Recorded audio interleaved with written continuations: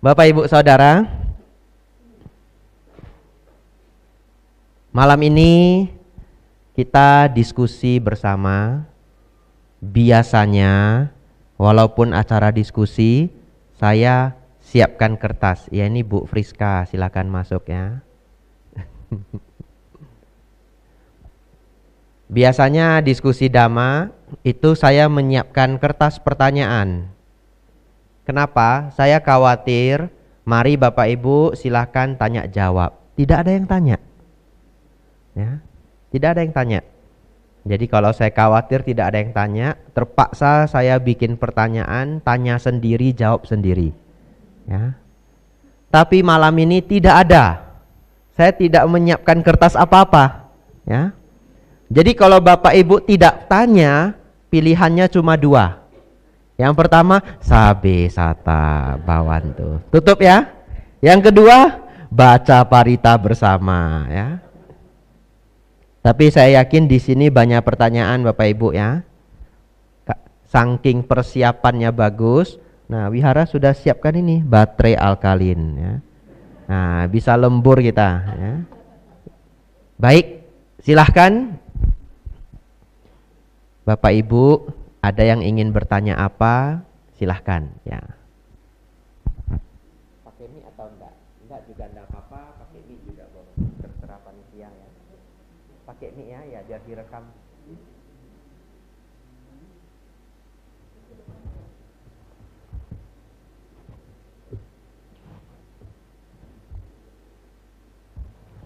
Ini Pak siapa? Nama saya Johan Bante. Ya. Selamat malam sebelumnya Bante. Saya mau nanya, jadi misalkan gini ya, kejadiannya itu misalkan ada suatu yayasan sosial, dia itu namanya kegiatan dia coba mengumpulkan barang-barang bekas dari warga-warga gitu ya. Tujuan pengumpulan itu adalah untuk dijual, selain pelestarian lingkungan dijual, hasilnya tuh dibagikan untuk membantu orang lah. Nah, misalkan ada diskusi atau perdebatan lah di yayasan tersebut bahwa kalau kita mengumpulkan barang-barang bekas itu sebenarnya ada efek negatifnya loh, yaitu kita mengganggu pemulung yang sudah ada dari situ. Karena ternyata aksi yang kita lakukan tuh sukses besar gitu, banyak yang ngumpulin barang bekas tersebut. Nah, pertanyaannya gimana ya, kayak ada perdebatan lah, kita kumpulin bagus gitu kan, tapi kita ada efek negatifnya gitu loh. Nah, yang jadi pertanyaan sebenarnya apakah suatu perbuatan itu yang penting adalah niat baiknya gitu loh. Kita nggak usah pusingin apakah niat baik itu nanti mengakibatkan negatif buat orang lain gitu atau enggak gitu loh. Maksudnya kalau misalkan kita berada posisi seperti itu, kita harus ngapain sih gitu loh. Mungkin itu pertanyaan saya sih sebenarnya. Kita harus berbuat apa sih Bante seperti itu. Ya, baik ya. Pertanyaan bagus ya. Ini case yang terjadi barangkali.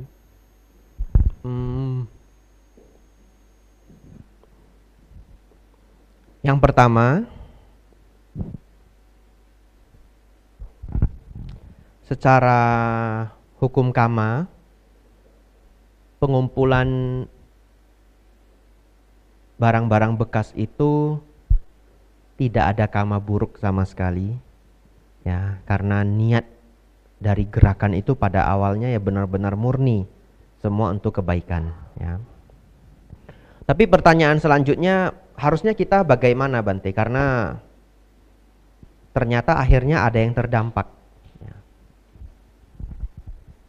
Saya pikir tidak ada salahnya dievaluasi dengan kebijaksanaan ya. Jadi memang organisasi yang mempraktikkan kegiatan ini boleh berdiskusi dulu ya. Tentu berdiskusi itu mengambil ide dari banyak pikiran untuk mencari solusi terbaik.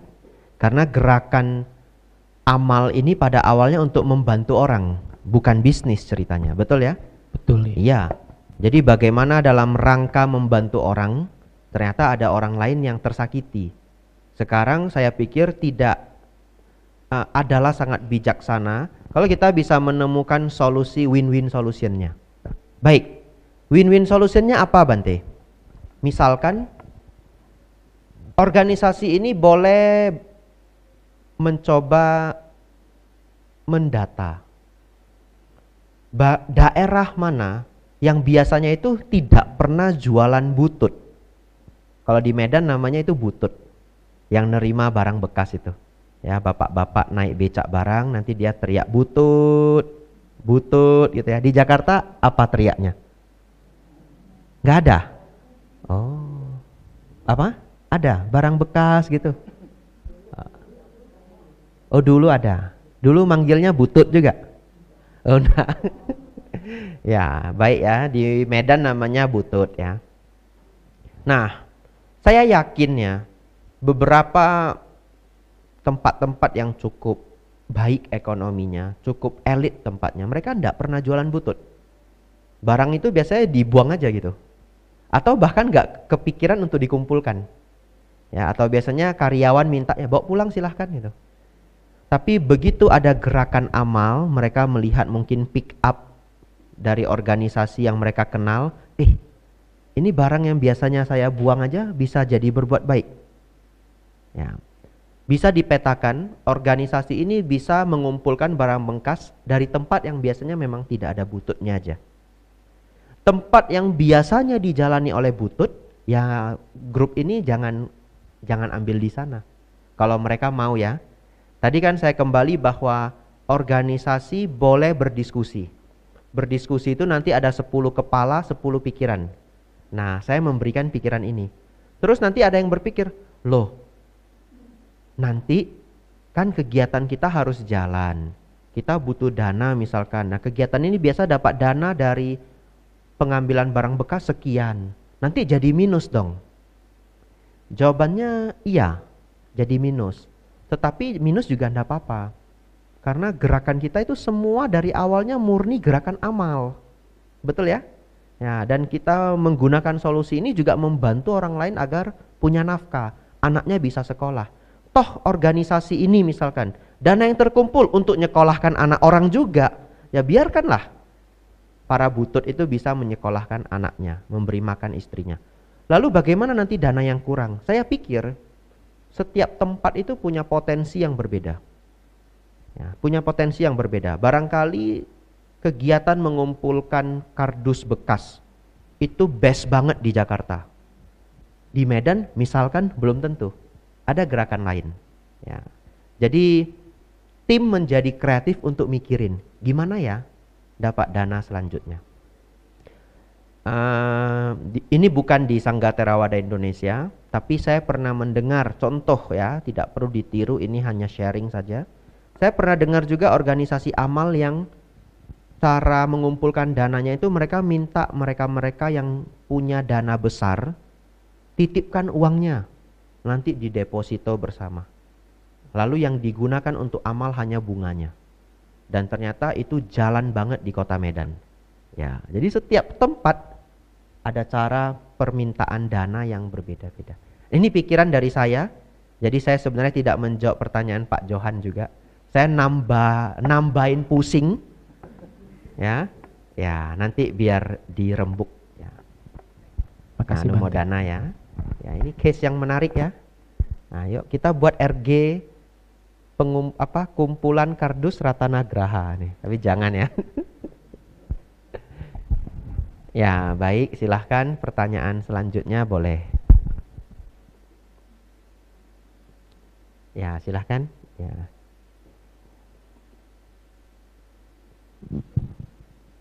Malam, Ini Ci Helena bawa anaknya 2. Iya. Ya. Bante udah kenal. Ya, silahkan. Ini pertanyaan yang saya mau nanya dari akhir tahun lalu di Kelapa Gading terakhir. Ya, Bante saya ada 2 pertanyaan. Yang pertama di ceramah Bante sering mengulang perenungan dari Bante Payuto yang Mikodi, My Mikodai. Sorry kalau salah. Tapi intinya kalau ada baik, kalau nggak ada nggak apa-apa, intinya gitu. Jadi kita di sini kan selalu belajar untuk nerima gitu Bante. Nggak dengan mengurangi keserakahan dan mengurangi kebencian.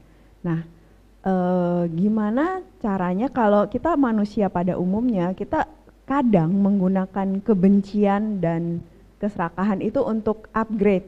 Misalnya kita benci dengan keadaan, nggak benci lah, mungkin agak terlalu intens ya. Mungkin cuman sebel aja, aduh sebel nih kok berantakan gitu. Nah lalu kita mau rapi, tapi kan di situ ada muncul kebencian atau keserakahan gitu. Kita pengen dong lebih gitu.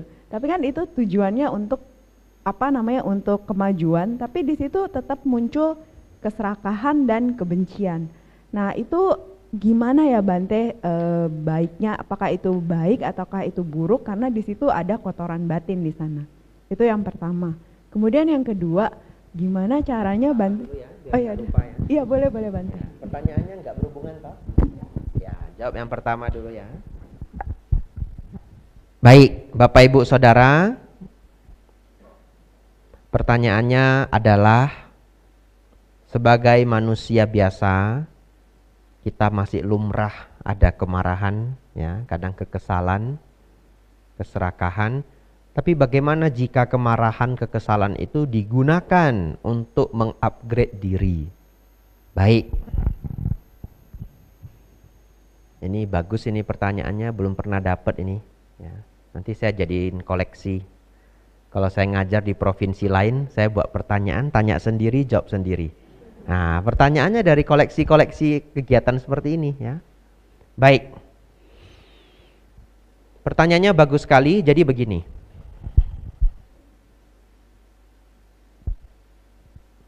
Yang pertama, bukan ajaran Sang Buddha.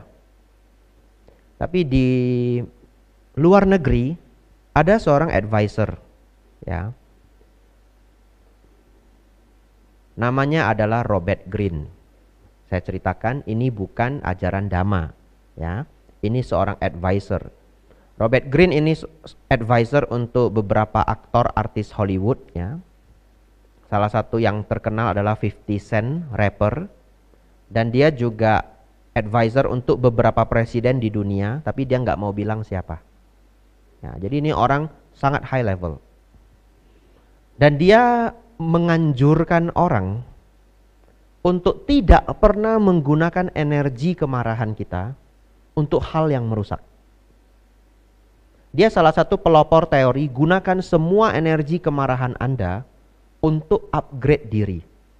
Ya, dan ini yang dipertanyakan sama si Helena, betul ya?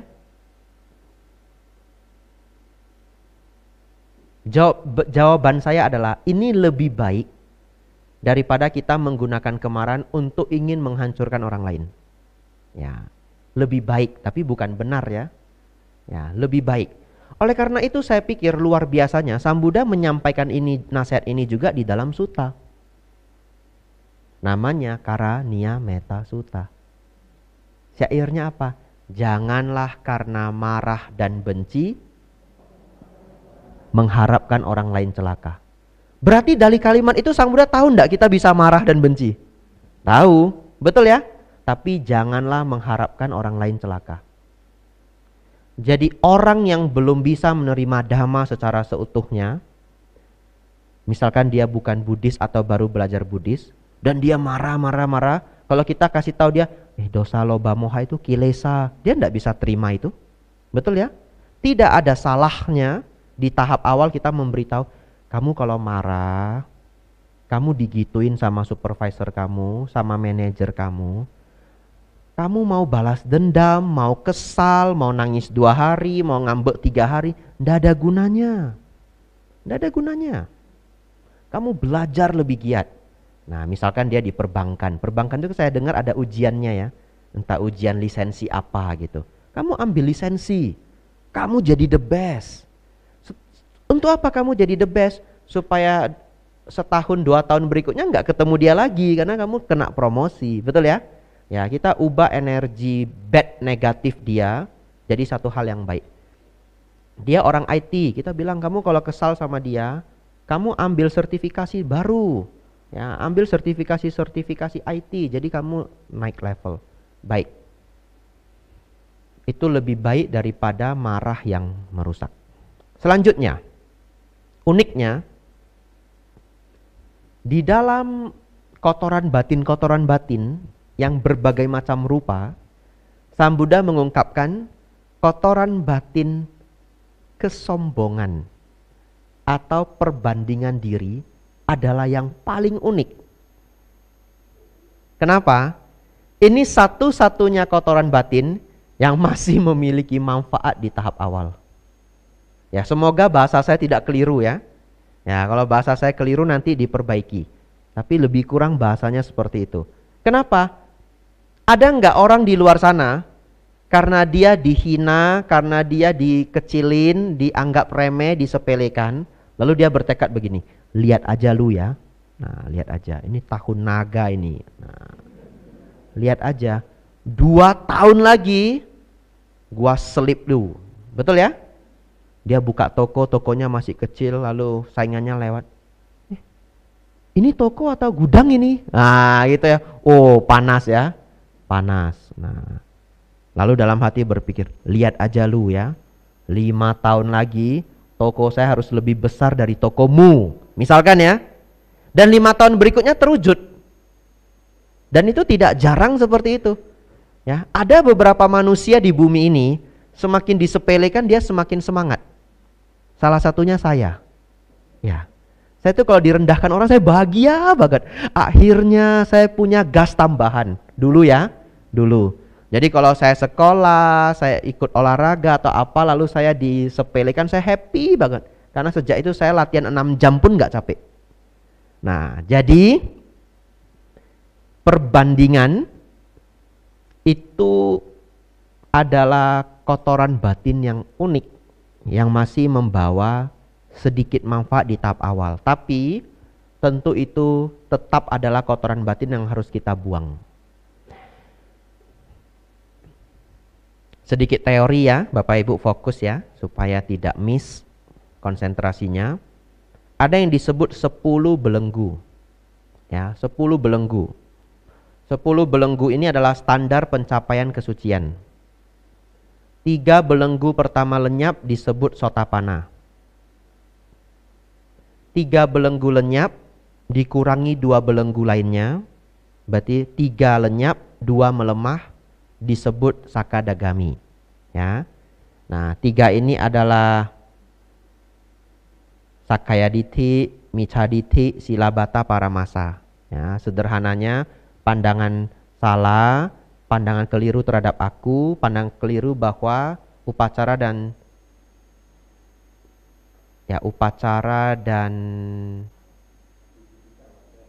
wicikicca ya, keraguan-raguan ya. Sakaya Ditti ya, keraguan-raguan. Tapi wicikicca, keraguan-raguan itu sering saya terjemahkan tidak memiliki pandangan benar. Jadi dia ragu. Ya, kalau saya terjemahkan hanya keraguan, orang ikut ragu gitu. Ya, jadi tidak memiliki pandangan benar, pandangan salah terhadap diri, pandangan keliru bahwa upacara dan tradisi, bukan tradisi ya, upacara-upacara dapat menyebabkan tingkat kesucian ya. Intinya seperti ini. Belenggu yang keempat adalah kemarahan, belenggu yang kelima adalah keserakahan atau nafsu, bukan keserakahan, nafsu ragawi ya. Kamacanda, nafsu. Jadi lenyap 3 disebut Sotapanna. Lenyap 3, melemah 2 disebut Sakadagami. Lenyap 5 disebut Anagami. Jadi kalau kuis tidak berhadiah, tingkat kesucian manakah di antara 4 ini yang tidak lagi memiliki kemarahan? Arahat dan Anagami, betul ya? Sotapanna bisa marah, Sakadagami masih bisa marah ya. Tapi Sotapanna masih bisa, Sakadagami sudah lebih jarang marah. Lalu 5 belenggu selanjutnya tidak saya uraikan lagi. Nah, setidaknya sekarang tahu ada yang namanya standar kesucian. Di antara 10 ini ada belenggu nomor 8. Yang kalau pernah dengar ceramah saya mungkin bisa jawab ya. Apa belenggu nomor 8? Kesombongan ya. Iya. Aneh banget. Seorang anagami itu bahkan belum bisa melenyapkan kesombongan. Unik ya? Iya, unik banget loh ini. Dan itu terjadi pada Bante Anuruddha. Ya, ada ceramah saya di Bali dulu membahas Bante Anuruddha. Nah, oleh karena itu, kesombongan perbandingan itu memang masih akan muncul sebelum seseorang mencapai tingkat anagami. Jadi mungkin saran baiknya adalah kalau kesombongan perbandingan itu muncul, segera dilenyapkan.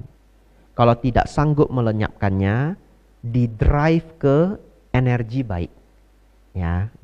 Tetapi saran dari Sang Buddha hanya satu, sama wayama, diusahakan untuk dilenyapkan.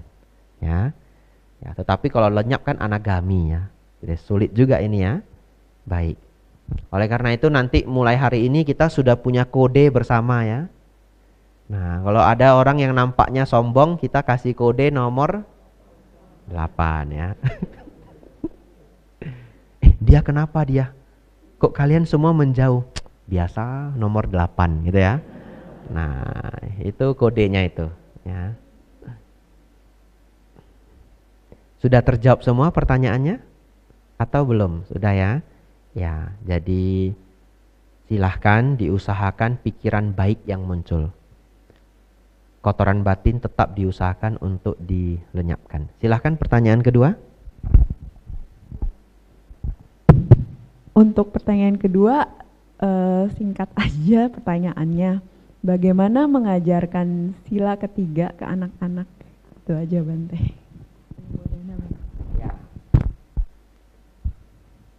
Ya, anak-anak tidak bisa selingkuh kok, jangan khawatir ya, dia mau selingkuh sama siapa ya.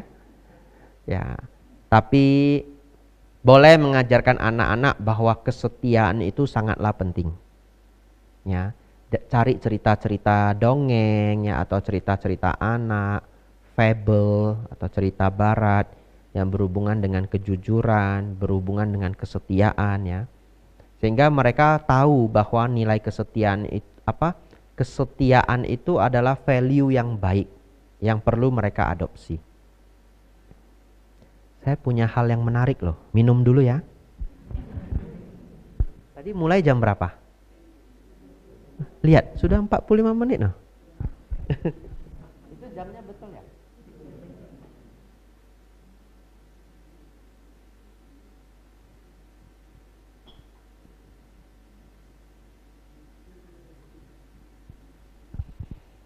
Baik.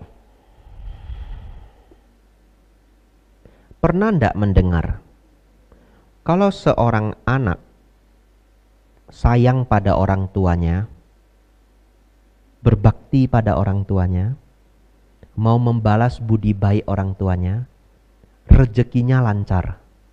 Pernah mendengar? Pernah ya? Sebaliknya, orang yang tidak mau membalas budi baik orang tua, bahkan menelantarkan orang tuanya, tidak peduli sama sekali, berarti rezekinya juga bisa surut. Pertanyaan saya, coba Bapak Ibu pikirkan dengan logika, kenapa ini bisa terjadi? Nah, silahkan dipikir 1 jam. Ya, jadi kegiatan saya selesai ya. Sulit ini, sulit ya.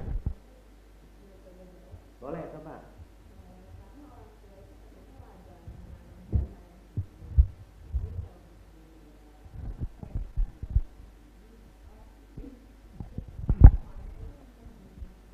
Ya, benar ya, tapi belum pas dengan yang saya mau. Ya, kalau kelas Bante Joti, beliaunya jawab, gini. Ya. Kita disuruh mikir kalau kelas Bante Joti Dhammo ya. Beliau gini. Benar tapi belum pas seperti yang di pikiran saya ya. Tapi ya benar ya, orang tua ladang kebajikan. Bahkan Sang Buddha mengatakan ingin mencari Brahma, kedua orang tua kitalah Brahma di rumah kita ya. Baik, jawabannya seperti ini. Ini belum pernah Bapak Ibu dengar dimanapun ya. Ini pemikiran saya berminggu-minggu ya. Benar tidak tahu ya. Nanti Bapak Ibu renungkan lagi sendiri. Saya menemukan bahwa kalau ada seseorang yang bahkan tidak sanggup membalas kebaikan dari orang yang paling baik terhadap dia. Siapa orang yang paling baik terhadap kita seumur hidup kita? Orang tua, kecuali dia dapat orang tua yang buruk ya. Jadi orang tua kita yang baik. Kalau Bapak Ibu punya pengalaman dengan orang tua yang buruk, ya itu di luar case kita. Dan itu bisa terjadi ya. Ada namanya anak durhaka, sekarang ada orang tua durhaka. Ya, kemarin saya baca berita ada ibu nikam anak perempuannya sendiri 11 kali. Nggak masuk akal loh. Ya, nggak masuk akal ya, tapi itu bisa terjadi. Bapak Ibu Saudara, kalau ada seseorang dia bahkan tidak mau membalas kebaikan dari orang yang paling baik terhadap dia seumur hidupnya, kira-kira dia mau ndak balas kebaikan orang lain yang pasti lebih sepele dari kebaikan orang tuanya? Tidak mau. Ngerti maksudnya ya? Jadi tanpa disadari, dia jadi orang yang terkesan selalu oportunis. Jadi di masyarakat dia bergaul, begitu temannya kesusahan dia hilang. Ya. Lalu ketika diajak misalkan patungan untuk beli sesuatu, dia kalau bisa kasih paling sedikit, kalau bisa dia hilang. Ayo patungan, ayo. Ya kalian bayar ya, saya patungnya gitu. Nah iya, itu namanya patungan. Nah kalian bayar, saya patungnya ya. Nah akhirnya bertahun-tahun seperti itu, dia tidak bisa mendapatkan partner bisnis yang baik, partner kerja yang baik, partner hidup yang baik. Tidak bisa, karena dia hidup dengan sangat oportunis ya. Tidak sedikit selama saya hidup saya dengar cerita orang yang jadi sukses dibantu teman. Tidak sedikit loh. Ya, banyak pebisnis saya tanya dulu kok bisa mulai bisnis ini Pak. Dikenalkan teman Bante, saya punya teman bisnis sawit. Sawitnya jalan sudah lama, jadi dia kasih saya chance. Kamu mau ndak bawa, kamu beli truk bawa sawit saya. Kamu bikin transportasi sawit. Udah, masalah preman kamu ndak usah mikir. Nanti truk kamu cat semua label PT saya. Kamu jalan aja bisnisnya. Tidak jarang loh, orang itu sukses dibantu kawan, dibantu saudara, dibantu sepupu, dibantu teman wihara misalkan ya. Nah tidak jarang. Tapi kalau Bapak Ibu hari ini orang sukses, melihat ada orang yang karakternya seperti itu ya, tidak pernah mau rugi, tidak pernah mau membalas budi, Bapak Ibu mau ndak kasih dia kesempatan? Ya. Jadi ternyata di balik karakter tidak mau membalas budi pada orang tua, seseorang membentuk karakter yang buruk dalam dirinya tanpa dia sadari. Akhirnya inilah pertama kali saya sedikit bisa menglogikakan kenapa orang tidak sayang pada orang tua, rezekinya surut. Tentu hukum karma pasti berjalan ya. Orang tua ladang kebajikan. Tetapi hukum karma itu sebab akibat. Sebab-sebab yang kita lakukan ternyata ada akibatnya. Orang yang terbiasa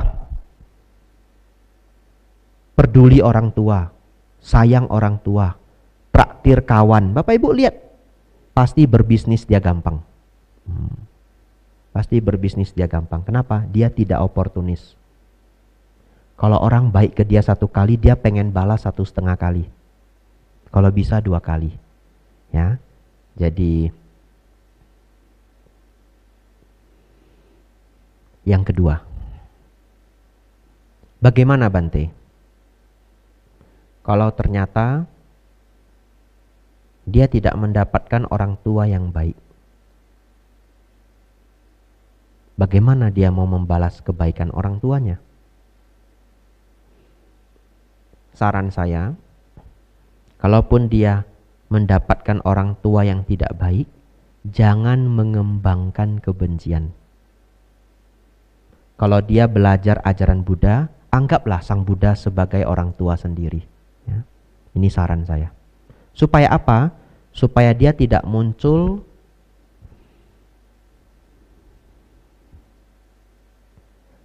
rasa tidak percaya terhadap dunia. Ya, karena saya pernah ketemu orang yang dikecewakan orang tuanya. Ya, saya pernah ketemu orang yang dikecewakan orang tuanya. Jadi dari kecil dia orang tuanya pergi, tidak mau merawat dia. Walaupun hanya 2 orang yang saya temui. Tidak bisa dikatakan sebuah studi ya. Tapi alhasil saya melihat orang ini punya karakter sulit mempercayai dunia. Karena ketika kecil dia seperti dikhianati, betul ya? Ya, kecil saja dia dikhianati. Jadi besar dia seperti sulit percaya pada dunia. Itu pun akhirnya tidak begitu baik. Jadi kalau seseorang tidak beruntung, karma buruk berbuah, tidak bertemu orang tua yang baik, saran saya hilangkan kebencian, cari sosok orang tua yang baru. Apakah kakek, nenek, ya, paman, bibi, ya, apakah guru? Tidak ketemu Bante, Sang Buddha jadi orang tua kita. Ya, baca buku Dharma, anggaplah Sang Buddha sebagai ayah kita. Ya, setiap saran-sarannya itu di dalam ajaran-ajaran Buddha kita aplikasikan. Ya. Sudah terjawab belum pertanyaannya? Cukup ya, ya anumodana pertanyaannya. Bante, lalu ini ada beberapa pertanyaan yang masuk melalui channel YouTube. Saya izin membacakan nih Bante. Kalau boleh yang YouTube terakhir aja. Oke. Sampai yang Bante. offline habis. Ya, kalau offline habis, yang di YouTube tidak terbaca, enggak apa-apa. Ya, saya prioritaskan yang offline dulu, karena sudah jauh-jauh datang. Ya, baik, silahkan.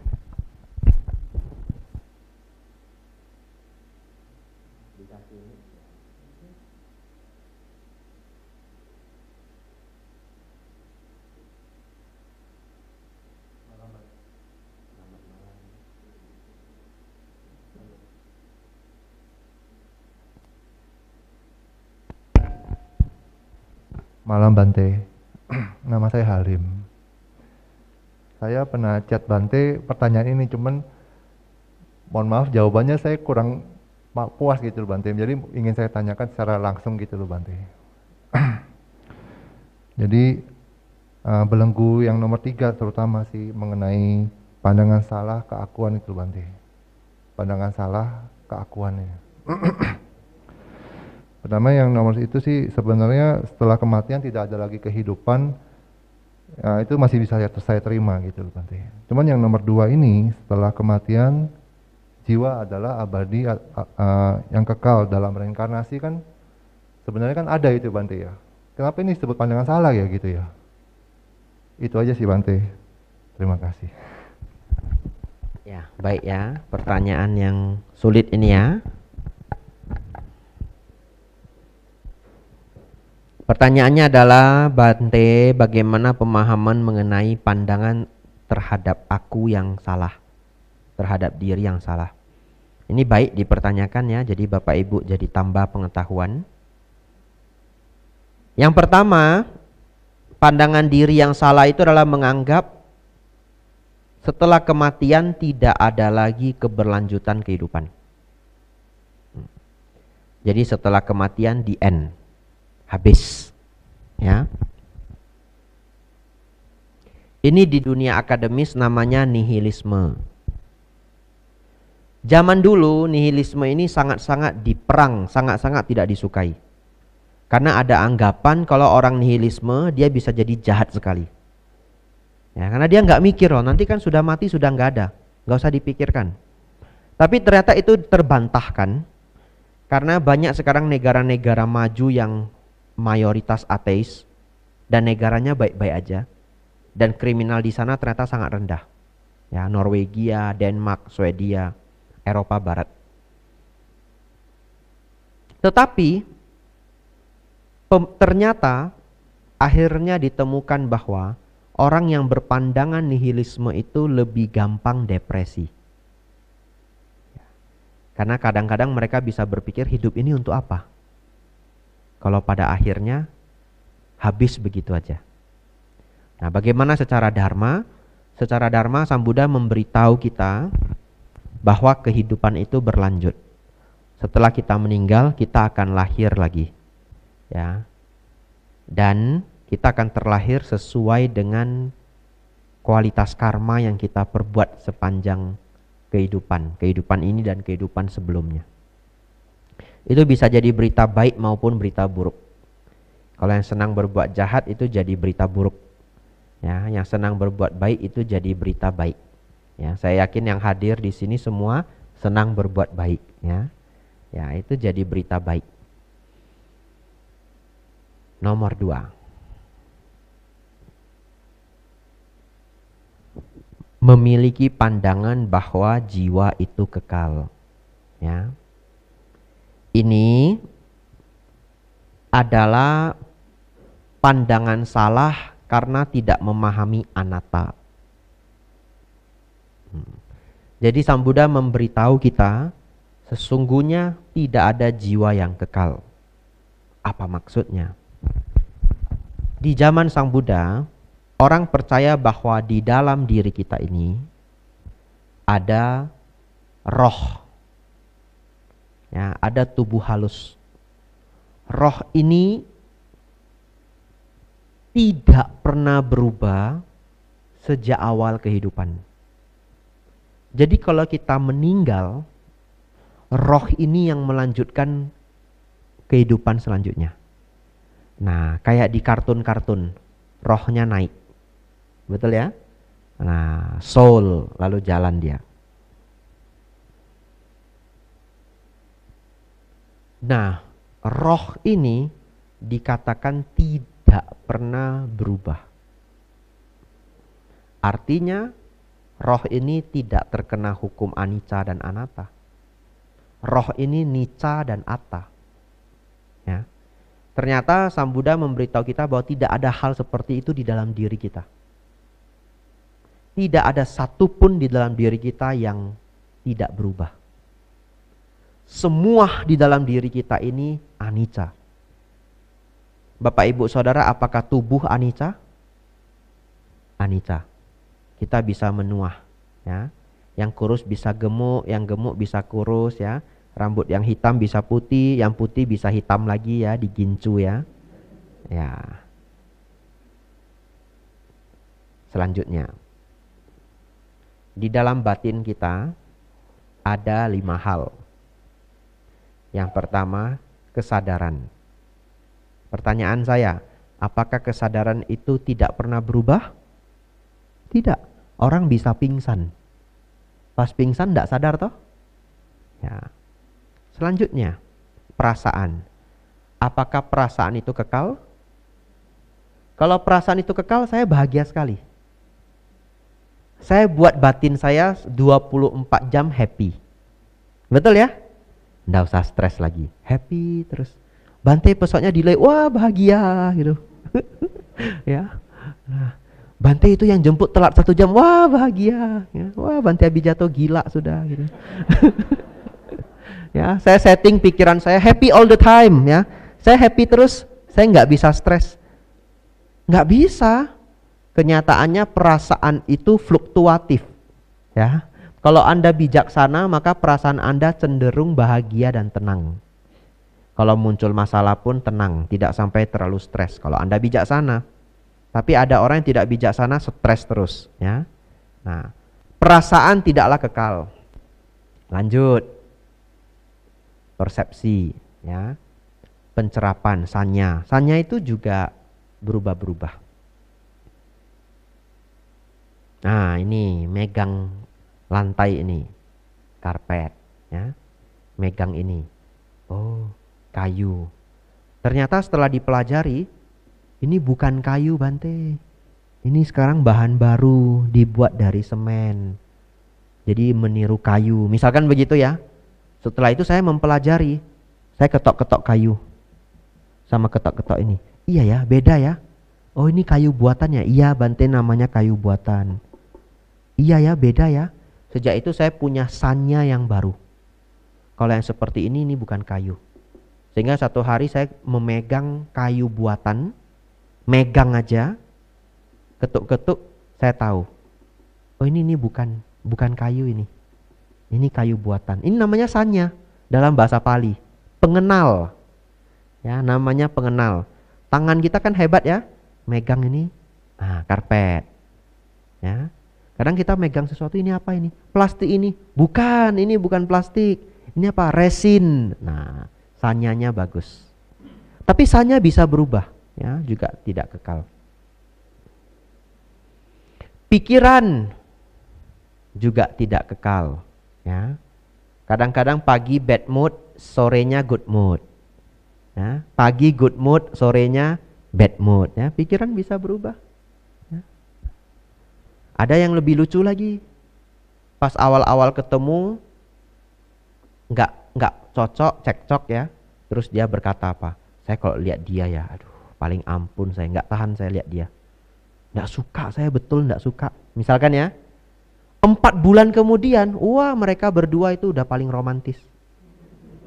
Wah, satu grup misalkan di sekolah, di organisasi atau di apa, berdua terus.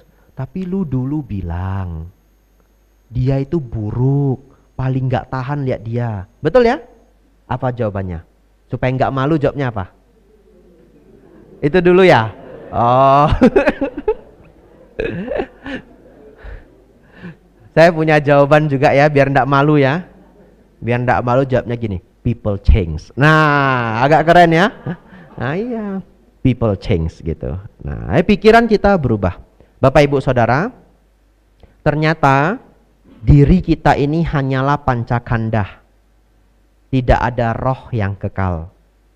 Yang ada adalah tubuh anicca. Pikiran anicca.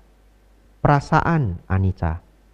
Pengenal anicca, kesadaran anicca. Jadi Sang Buddha mengatakan tidak ada yang disebut roh yang kekal.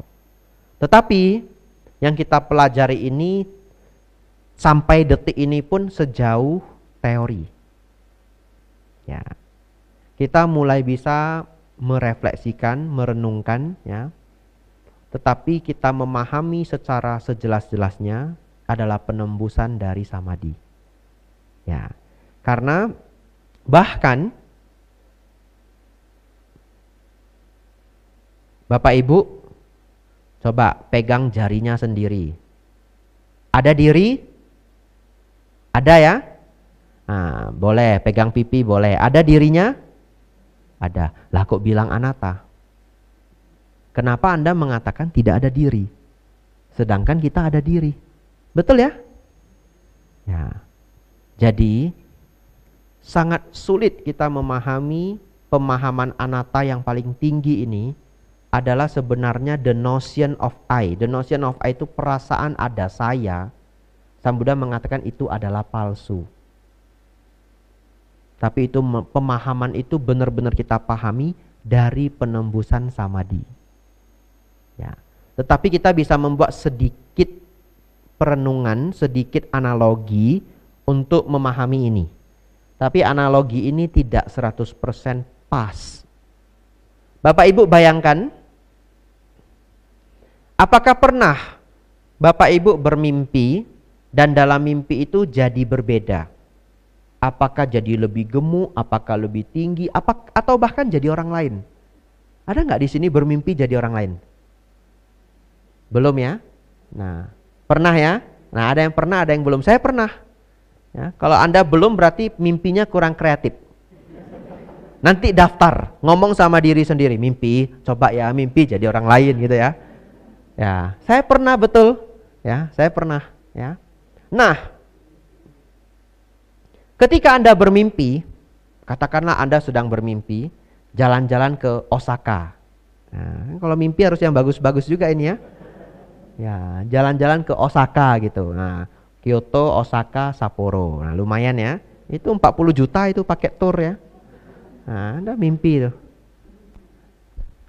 Terus di dalam mimpi Anda ketemu saya.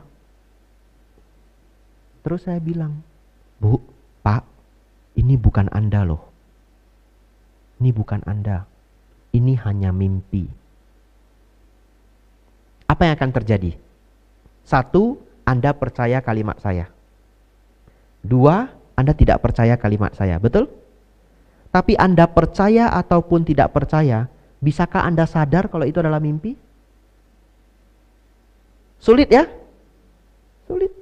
Kapan Anda benar-benar sadar itu adalah mimpi? Hah? Ketika bangun. Betul ya? Ketika bangun. Apa arti dari kata Buddha? Yang telah bangun. Iya, the awakened one dalam bahasa Inggris.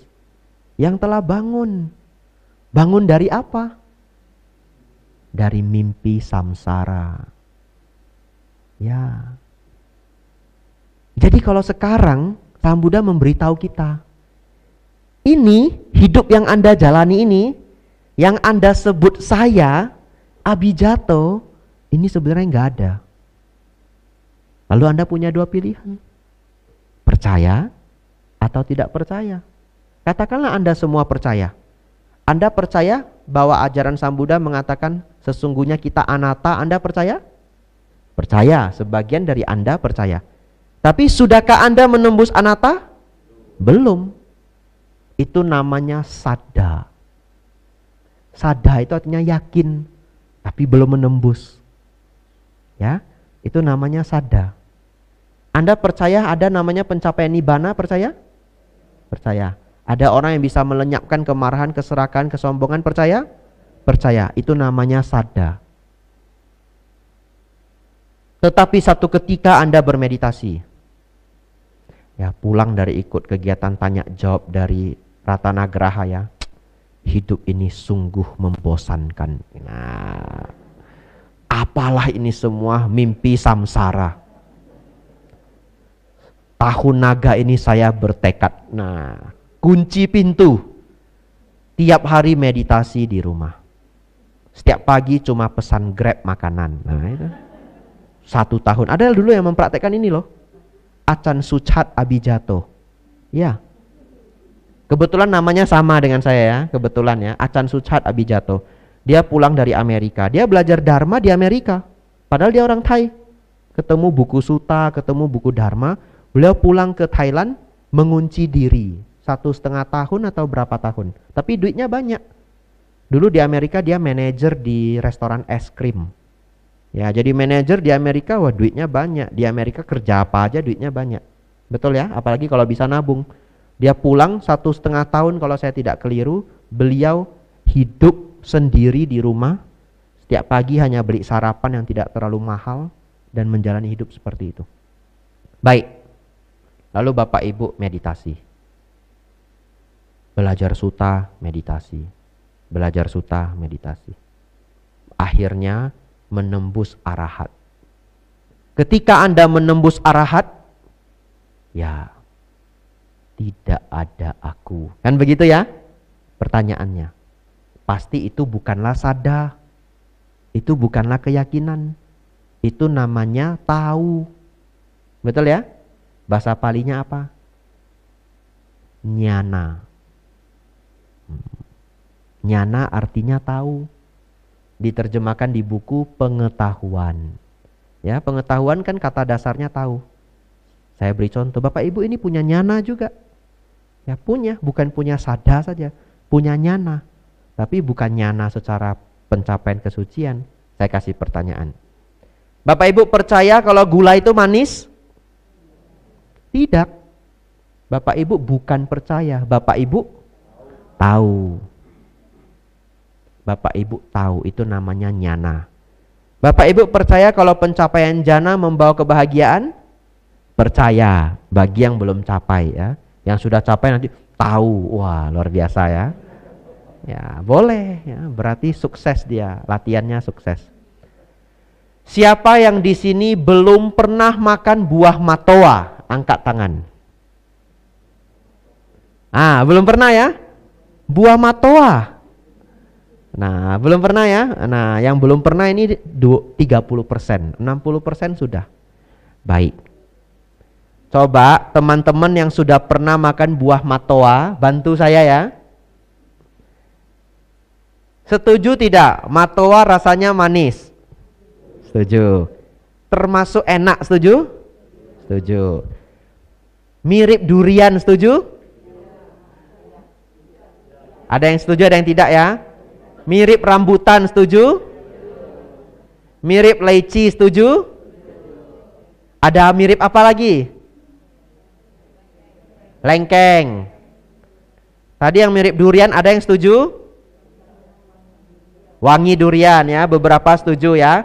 Ya, banyak yang tidak setuju, beberapa setuju.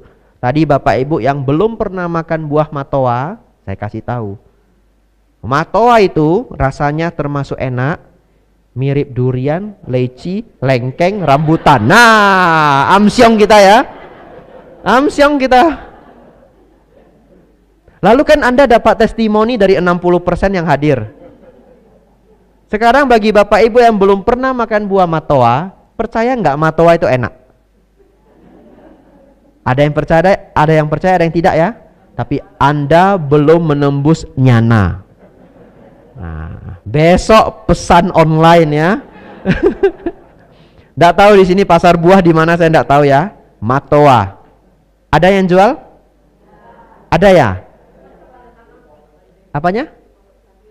Ada tanam. Nah, nanti rame-rame kita ke Pondok Cabe ya. Pas ke sana belum berbuah ya, cuma dapat lihat pohonnya. Udah berbuah ya. Saya kemarin bikin pertanyaan lucu-lucu seperti ini di Palembang. Lalu ada hal yang lucu terjadi loh. Besok ada pemuda yang tiba-tiba bawa matoa. Iya. Lalu dia dana matoa ke saya. Lalu saya bilang, nah matoa muncul. Tapi wajah dia flat aja. Saya penasaran, kok semalam ikut ini enggak diskusi tanya jawab? Enggak Bante. Hebat sekali. Betul ya? Matoa muncul tapi yang memberikan itu enggak tahu. Kalau kita bahas matoa, oh ini dewa ini ya. Coba ya, mana tahu besok keluar buah matoa ya. Saya harus langsung tanya, semalam datang enggak tanya jawab? Enggak Bante. Nonton online enggak? Enggak juga Bante. Loh kenapa bawa matoa? Salahnya apa Bante bawa matoa? Dewa ini ya. Sebenarnya bukan dewa, dibisiki dewa. Ada loh itu di dalam suta. Ada seorang dewa yang baik banget. Lalu dia ingin berdana sama biku. Cuma dia enggak bisa karena beda alam. Caranya gimana? Dia ikutin biku itu. Begitu biku itu mengatakan perlu ini, lagi kepikiran ini, dia memanipulasi pikiran umat untuk bawa makanan itu. Sejak itu muncul winaya.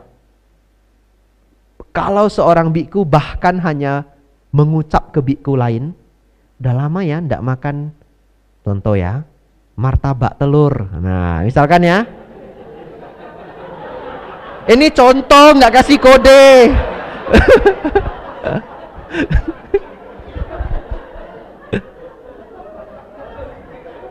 Lah kasih contoh tok gitu ya. Saya nggak ngodein ya. Enggak, saya nggak kode ya. Waduh. Besok sayur saya martabak telur semua. Aduh, kok nggak ada sayur yang lain ya. Telur semua besok ya. Baik. Tiba-tiba besok ada orang yang pas pindah patah ngasih martabak telur. Biku itu tidak makan martabak telur itu. Dia kasih ke biku yang lain. Khawatir apa? Khawatir ucapan dia didengar oleh dewa. Dan dewa berusaha mewujudkan itu. Lama-lama itu seperti request, betul ya? Karena biku makan kan tidak boleh request ya. Nah misalkan saya rindu martabak telur, tidak boleh request. Saya bikin aja contoh ceramah ya.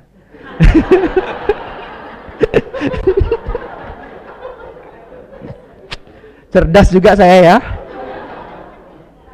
Lain kali saya bikin contoh harus hati-hati loh ya. Karena ini direkam loh ini. Ya, nanti saya ke Samarinda martabak telur. Balikpapan martabak telur. Bagus juga ini ya. Saya harus mikir ini, saya suka apa biasanya ya. Ya, harus mulai mikir saya. Ya, Bapak Ibu Saudara, itu panjang sekali mengenai aku ya. Jadi aku, nihilisme, tidak ada kelanjutan kehidupan, itu pandangan salah. Berpikir ada kehidupan yang kekal, roh yang tidak berubah, juga pandangan yang salah. Terakhir, karena kita sudah belajar sejauh ini, memahami anatta bisa dipahami dengan 3 pendekatan. Mari Bapak Ibu fokus, karena ini jarang dibahas ya. Sebegitu Bapak Ibu paham ini, nanti berguna kalau Bapak Ibu belajar Dhamma dari para Bante yang mengajar Dhamma yang lebih mendalam ya. Misalkan Bante Santacito, Bante Damadiro, yang biasa ceramah-ceramah beliau lebih mendalam ya dari yang saya sampaikan. Saya biasanya memberi ceramah di tengah-tengah aja ya, tidak sampai sesulit beliau-beliau. Bapak Ibu konsentrasi.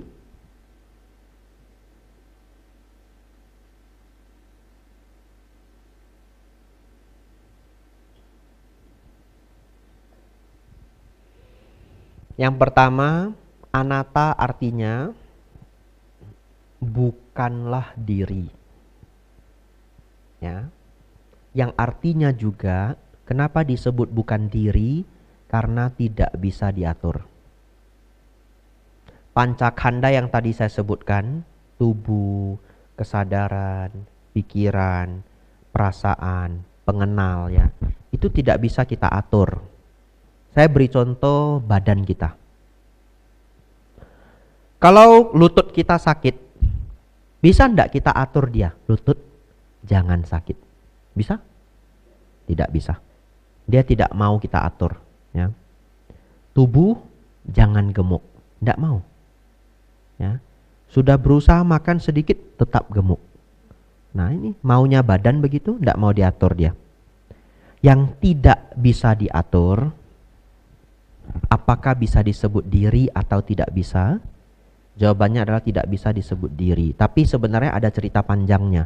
Kalau saya tidak cerita, sulit untuk memahami. Baik, saya masuk ke cerita ini, saya ceritakan dengan cukup singkat saja. Intinya, Sang Buddha membuat contoh, memberikan contoh, ada seorang raja yang memiliki prajurit.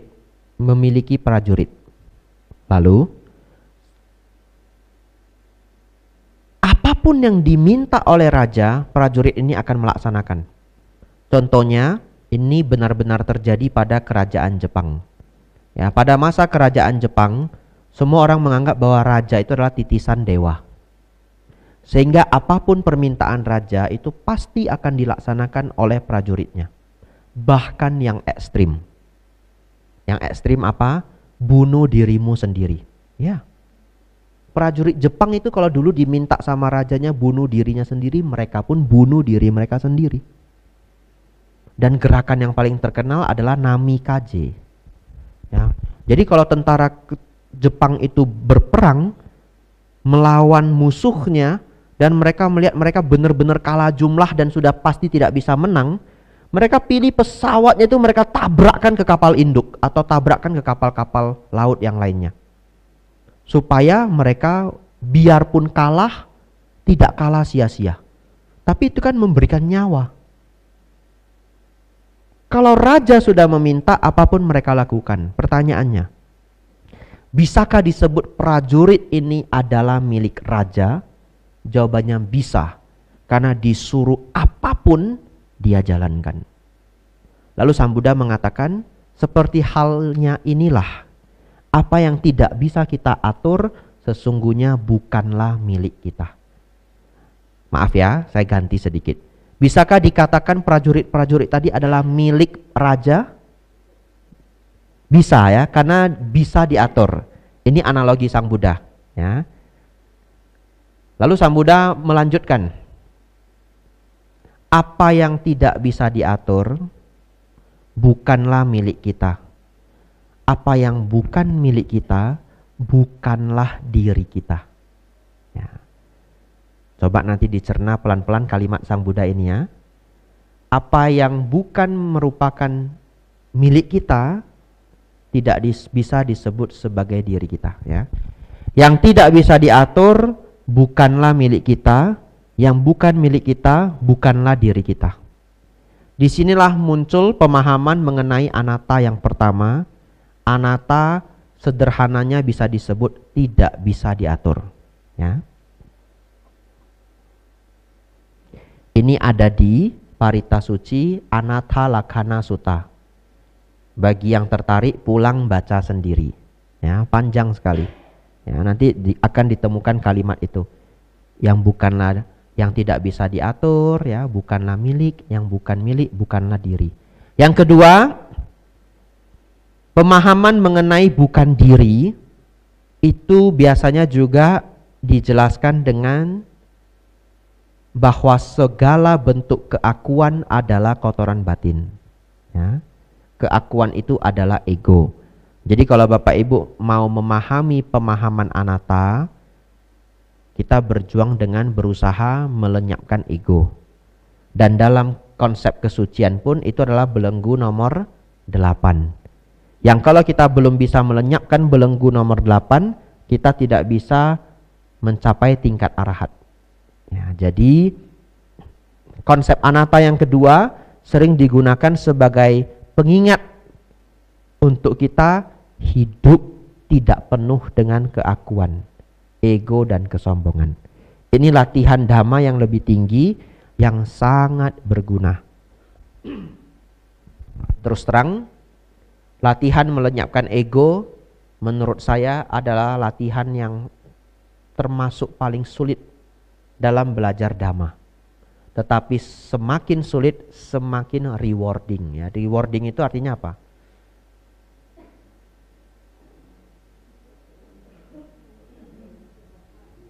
Semakin bermanfaat ya. Ya, reward itu hadiah. Jadi kayak semakin sulit latihan itu namun membawa manfaat besar. Setelah kita latih, kita berjuang ya, itu seperti hadiah besar untuk kita. Orang yang egonya rendah itu happy banget menjalani hidup. Percaya saya. Percaya saya. Ya. Karena sebagai manusia kita kadang bisa keliru. Kadang kita bisa nggak tahu. Betul ya?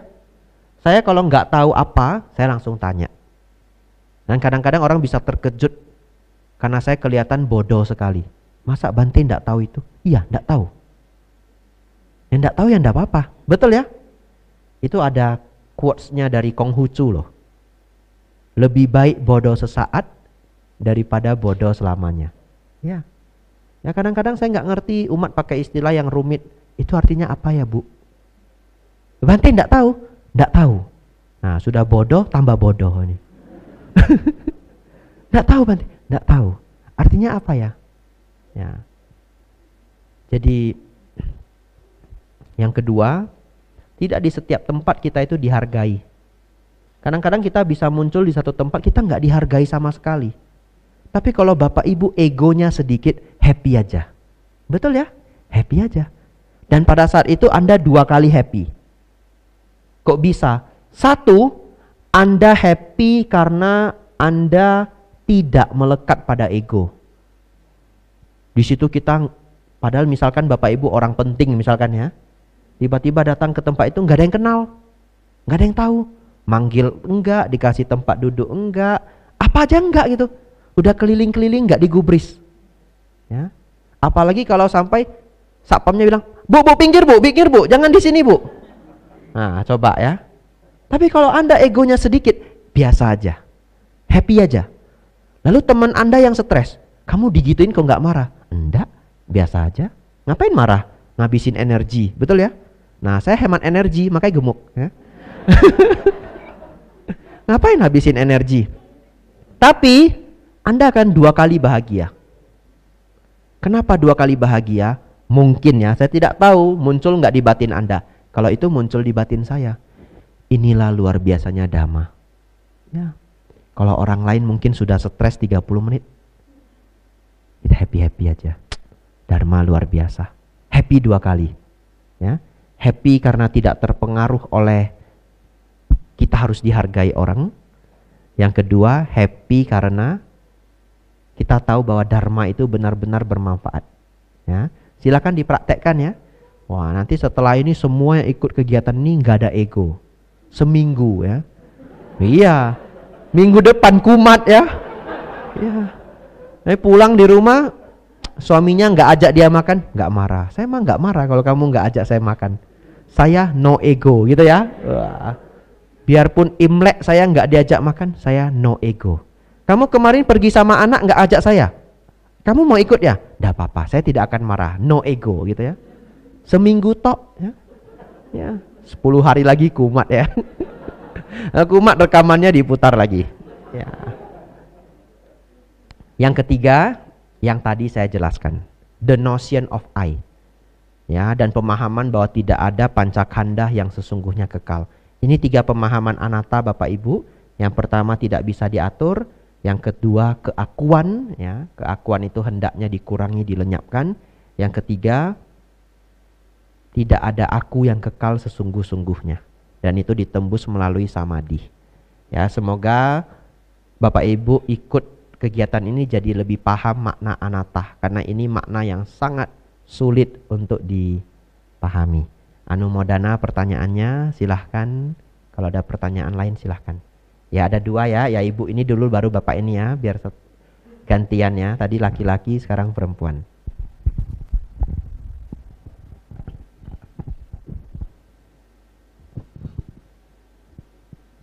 Selamat malam Bante.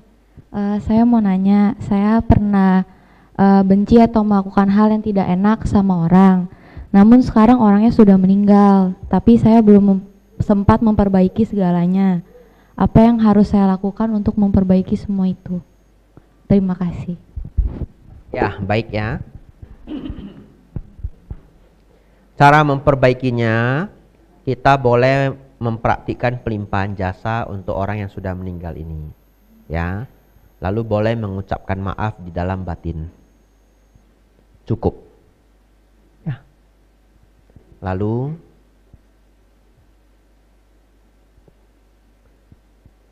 setelah memahami Dhamma, memahami bahwa hal yang tidak baik itu tidak bermanfaat, kita berusaha ke depannya tidak lagi berbuat hal yang sama. Ya, yang sudah lalu menjadi pelajaran. Bukan yang lalu biarkan berlalu, sih tidak juga. Ya. Yang lalu kita petik sebagai pelajaran. Ya. Ya, seperti itu ya. Siapapun orangnya tidak apa-apa ya. Pelimpahan jasa lalu meminta maaf. Nah, dalam batin. Tapi dia bisa dengar nggak Bante atau nggak dengar, tidak perlu dipikirkan. Karena kehidupan itu berlanjut. Ya. Orang itu juga kehidupannya sudah berlanjut, kehidupan kita juga harus berlanjut.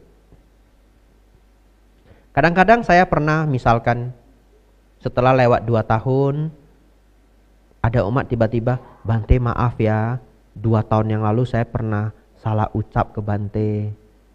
Mungkin Bante jadi tidak nyaman, saya mohon maaf Bante. Padahal saya sudah lupa. Ngerti ya? Dia yang terbebani, saya sudah lupa. Ya, jadi setiap perbuatan buruk kita itu pasti ada karma buruk yang berbuah. Nah, jadi ini saudari pernah melakukan hal yang kurang nyaman pada orang lain ya. Karma buruk Anda itu berbuah. Tahu enggak berbuah jadi apa? Rasa bersalah ini juga bagian dari karma buruk yang berbuah. Ya, ya, pelimpahan jasa, permintaan maaf, dan berlatih untuk tidak mengulangi hal buruk yang sama. Lebih baik lagi belajar hal baik, ya, sebaliknya dari yang kita lakukan. Sulit memang, ya, mengubah diri itu sungguh sangat sulit. Yang terbiasa ngomongnya kasar, ya, diminta untuk lembut itu sulit, ya. Tapi kalau kita berhasil itu rewarding, ya. Saya dulu orang yang sangat tidak sabaran, ya. Lalu saya bertekad harus belajar jadi orang sabar. Dan saya cari kiat-kiatnya di dalam Dharma. Oh, caranya begini. Oh, caranya begini. Ya, saya membandingkan ke diri sendiri Saya merasa sudah jauh lebih sabar daripada diri saya 12-13 tahun yang lalu. Ya, saya tidak banding ke orang lain. Saya banding ke diri saya sendiri. Dalam Dharma itu disebut dari gelap menuju terang.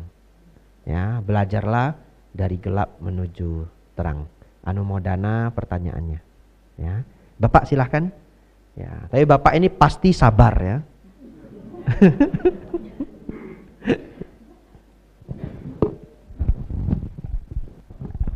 Selamat malam.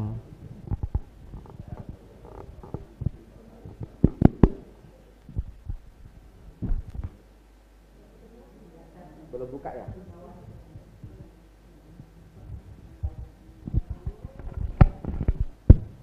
Oke, sudah terdengar. Jadi berkaitan dengan dana, yaitu dana keluarga nih Bante. Yang pertama, misalkan ada suatu keluarga itu berdana, makanlah seperti itu. Kan yang masaknya itu istri Bante, ya kan? Nah, kalau suami kan nggak masak misalnya, hanya bantu mengantar begitu. Nah kalau kita dari sisi hukum karma itu kan berlaku untuk diri pribadi gitu. Nah apakah pihak dari suami seperti itu dia juga mendapat karma baik yang telah dilakukan oleh keluarganya dari istri tersebut itu? Itu yang pertama Bante. Ya, saya jawab dulu ya. Ya, ya Bante. Ya. Jawabannya tetap tentu mendapatkan karma baik. Tentu. Ya. Kenapa tentu? Apalagi kalau masih berhubungan sebagai suami dan sebagai istri. Kenapa? Karena yang dimasak istri itu yang bayar suami. Iya, jadi suami itu bukan hanya ngantar ya. Suami ikut bayar itu. Jadi sebenarnya kalau istrinya berdana ke wihara, suaminya nampak begini, lalu dia ikut bahagia, ya syukur dah. Dia ikut karma baik itu, ya. Karena nanti duit itu, duit ini juga gitu ya. Nah, yang kedua, kalau ada hubungan keluarga, kita merasa punya andil. Nah, itu salah satu yang terjadi dalam pelimpahan jasa. Contoh ya. Kalau ada orang lain, tidak tahu siapa, nggak kenal sama sekali. Kemudian dia dana ke panti asuhan, beras, minyak, gula, tepung, banyak sekali. Lalu dia tulis begini, dana ini diberikan oleh, misalkan saya ya, Bapak, jangan Bapak ya, Bante Abijato. Contoh ya, atau seseorang saja, Bapak Suwandi contoh ya, tidak ada yang namanya Suwandi ya. Baik, dana ini dipersembahkan oleh Bapak Suwandi. Lalu anak ini nelpon Bapak Suwandi, dia kirim foto, Pak saya berdana atas nama Bapak. Ini anak siapa? Nggak kenal sama sekali. Bisa ndak Anda merasa ikut andil? Sulit.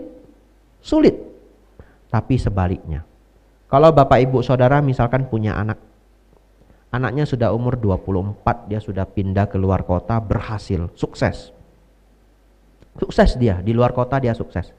Satu ketika dia dana panti jompo, beli minyak, beli beras ya, beli tepung, angpau juga dia siapkan semua. Terus dia foto, dia video call ke papanya atau mamanya. Ma, ini saya hari ini berbuat baik Imlek. Ini atas nama mama papa. Papa mama ikut bahagia ya. Orang tuanya ikut bahagia enggak? Ikut bahagia.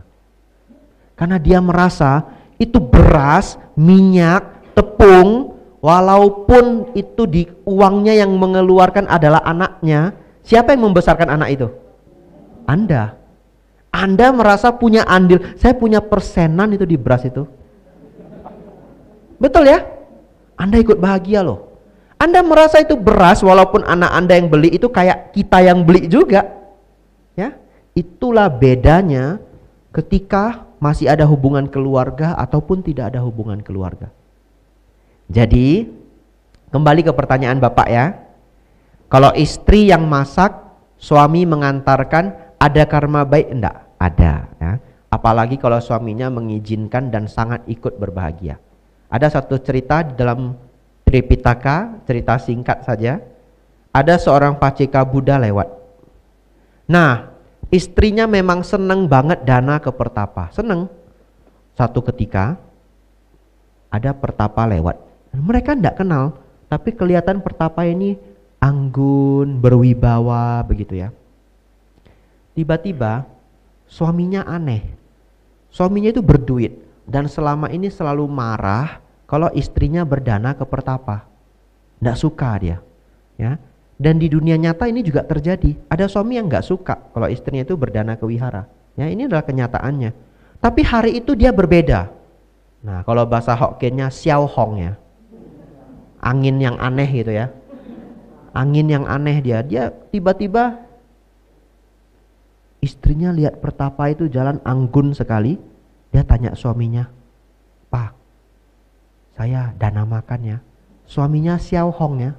Nah itu, dana silahkan. Cepet-cepet, wah dia senang sekali, suaminya belum pernah mengizinkan, baru kali ini bilang silahkan. Wah dia ambil semua yang bagus-bagus di rumah dia. Ghee yang terbaik. Ghee itu milk butter ya, mentega susu ya. Anda cari sendiri bedanya apa mentega dengan ghee di Google ya. Susah saya jelaskan ya. Kalau saya jelaskan jadi seminar masak-memasak. Cari sendiri di Google ya. Nah, lalu si istri itu dana yang bagus-bagus. Lalu ternyata pertapa itu adalah Paceka Buddha, seorang Buddha yang tidak mengajar. Lalu Paceka Buddhanya jalan. Si suami berpikir, kayaknya tadi dia dana banyak sekali ya. Biasanya dana nggak sebanyak ini. Lalu dia pergi, panggil pertapa itu. Pertapa, sebentar. Ada apa? Dia buka bowlnya. Bentar, lihat dulu. Banyak sekali dia dana. Gila ini, saya baru izinkan sedikit. Semua barang mahal keluar semua ini. Ya sudah, enggak apa-apa. Ya silakan pertapa ya jalan. Dia juga nggak berani ngambil apa, dia nggak berani. Balik dia istrinya dia marahi. Lu kenapa kasih itu terlalu banyak itu kelewatan, itu berdana kelewatan, tidak bijaksana misalkan ya. Nah tapi istrinya punya pemikiran karena jarang-jarang suaminya mau mengizinkan. Ini kesempatan emas ini ya. Jadi ini juga jadi pengalaman Bapak Ibu ya. Kalau Bapak Ibu di rumah punya orang tua yang tidak suka berdana, ini kenyataan, saya sering ketemu. Lalu satu ketika Bapak Ibu bilang, "Ma, Pa, wah undang biku makan di rumah boleh ya? Bantingnya dari Medan, Hokkien Lang, sama-sama Hokkien Lang." Contoh ya. Iya, kadang-kadang nepotisme sedikit orang tuanya mau. Hokkien Lang saya lah gitu ya. Tapi Anda harus tahu, kalau orang tua misalkan biasanya pelit banget, jangan kesempatan, oh ini mama saya izinkan langsung keluar bebek packing ya. Ini bukan kode ya. Nah, harus ceramah harus hati-hati sekarang ya. Keluar semua yang the best ya. Dia nanti duduk dia merengut gini. Nah, saya yang stres nanti saya datang ya. Bante, ini jarang-jarang Bante mama saya mau dana makan tapi wajah dia. Saya mau makan juga susah nih ya. Kadang saya mau makan ibunya duduk liatin saya gini. AI makan AI. Nah ini. Jadi saya jadi stres juga saya ya. Jadi ini pengalaman ya lucu-lucu kalau Bapak Ibu punya keluarga jarang mau berdana. Satu ketika diajak apakah ke wihara, apakah di rumah dia mau. Anda jangan terlalu jor-joran ya. Dia sakit hati nanti. Ya berdana itu harus latihan ya. 10.000 dulu ya. Jangan nanti ini pengemis boleh kasih enggak? Nah kasihlah kasih. Padahal dia setahun nggak kasih sekali. Imlek dia pikir ya cincai lah ya. Langsung keluar 100.000. Stres dia. Ya. Akhirnya Bapak Ibu Saudara, Bapak ini di kehidupan selanjutnya terlahir jadi orang yang sangat kaya. Karena dia meminta istrinya untuk berdana pada Paceka Buddha. Tapi dia jadi orang kaya yang sangat-sangat pelit. Dia tidak menikmati hartanya. Betul, pelit banget. Semua nggak dipakai. Jadi duitnya dia nggak pakai. Ya. Di dunia nyata ada loh orang seperti itu. Nggak berani saya sebut ya, itu ada kamera 2. Ya, udah ada namanya di kepala saya. Bener? Ini orang hartanya triliun. Beneran, saya enggak bohong. Triliun. Enggak boleh bilang. Iya, ini orang besar ini, enggak berani saya. Ya. Biarpun tahun naga monyet itu lagi hoki, tetap harus jaga diri ya. Iya, tapi anaknya kuliah, dia cari apartemen yang sangat murah. Ya, mungkin ada sisi positifnya. Ya. Dan dengan harta triliun, dia tetap minta anaknya pergi bekerja. Dan dia tidak pernah memanjakan anaknya sedikit pun. Saya pikir ini tidak keliru, tetapi kalau kelewatan nanti jadi seperti cerita di bapak yang dana ke Paceka Buddha tadi. Ya, kalau kelewatan. Dana uang kalau triliun itu dipakai asal-asalan sedikit juga nggak habis. Ya. Iya, triliun itu 1000 M. Ya, 1000 M ya. Itu banyak banget itu, ya. Siapa Bante? Enggak. Ya. Contoh saja ya. Baik, silakan Pak. Pertanyaan kedua. Pertanyaan kedua berkaitan dengan meditasi Bante. Boleh. Yaitu ciri-ciri orang masuk jana pertama itu bagaimana Bante, awalnya seperti itu. Ya, itu terima kasih Bante pertanyaannya. Ya, baik. Ciri-ciri jana pertama adalah pikiran yang ngomong tidak berhenti ini menjadi lebih diam. Menjadi lebih diam. Tapi tidak diam secara sepenuhnya. Kalau diam secara sepenuhnya adalah pencapaian jana kedua. Jadi kalau Bapak Ibu bermeditasi, pikiran masih bisa mengganggu, muncul obrolan hati, muncul gambar pikiran, itu lumrah. Bahkan seorang jana pertama itu, witaka dan wicara itu melemah, bukan lenyap. Witaka itu awal pikiran, wicara keberlanjutan pemikiran. Nah, ketika seseorang mencapai jana kedua, witaka dan wicara lenyap. Jadi saya lanjut pertanyaan Bapak. Orang yang mencapai jana kedua, ciri-cirinya apa? Ciri-cirinya batinnya diam sempurna. Diam sempurna. Tidak ada monkey mind. Ya, ngomong dengan diri sendiri. Kalau saya menyebut, Bapak Ibu bayangkan pagar rumah Anda sendiri. Keluar bayangan itu, pagar rumah Anda sendiri. Itu saya sebut gambaran hati. Ya, gambaran hati dan obrolan hati, ngomong dengan diri sendiri, itu lenyap pada pencapaian jana kedua, melemah pada pencapaian jana pertama. Jadi itu ciri-ciri jana pertama, ya. Kedengarannya sangat sederhana, ya. Tapi daripada Bapak Ibu mendengar penjelasan yang rumit-rumit, sebenarnya simpelnya seperti itu, ya. Bapak penasaran apa atau ada pertanyaan lanjutan? Silahkan. Atau mungkin ini Bante, ada nggak mungkin misalnya nimita yang muncul seperti itu di gambaran pikiran kita Bante? Tidak. Penggambaran nimita itu dalam penjelasan upacara samadhi. Penjelasan upacara samadhi itu tidak ditemukan di dalam Tripitaka. Itu adalah penjelasan di dalam kitab tafsir.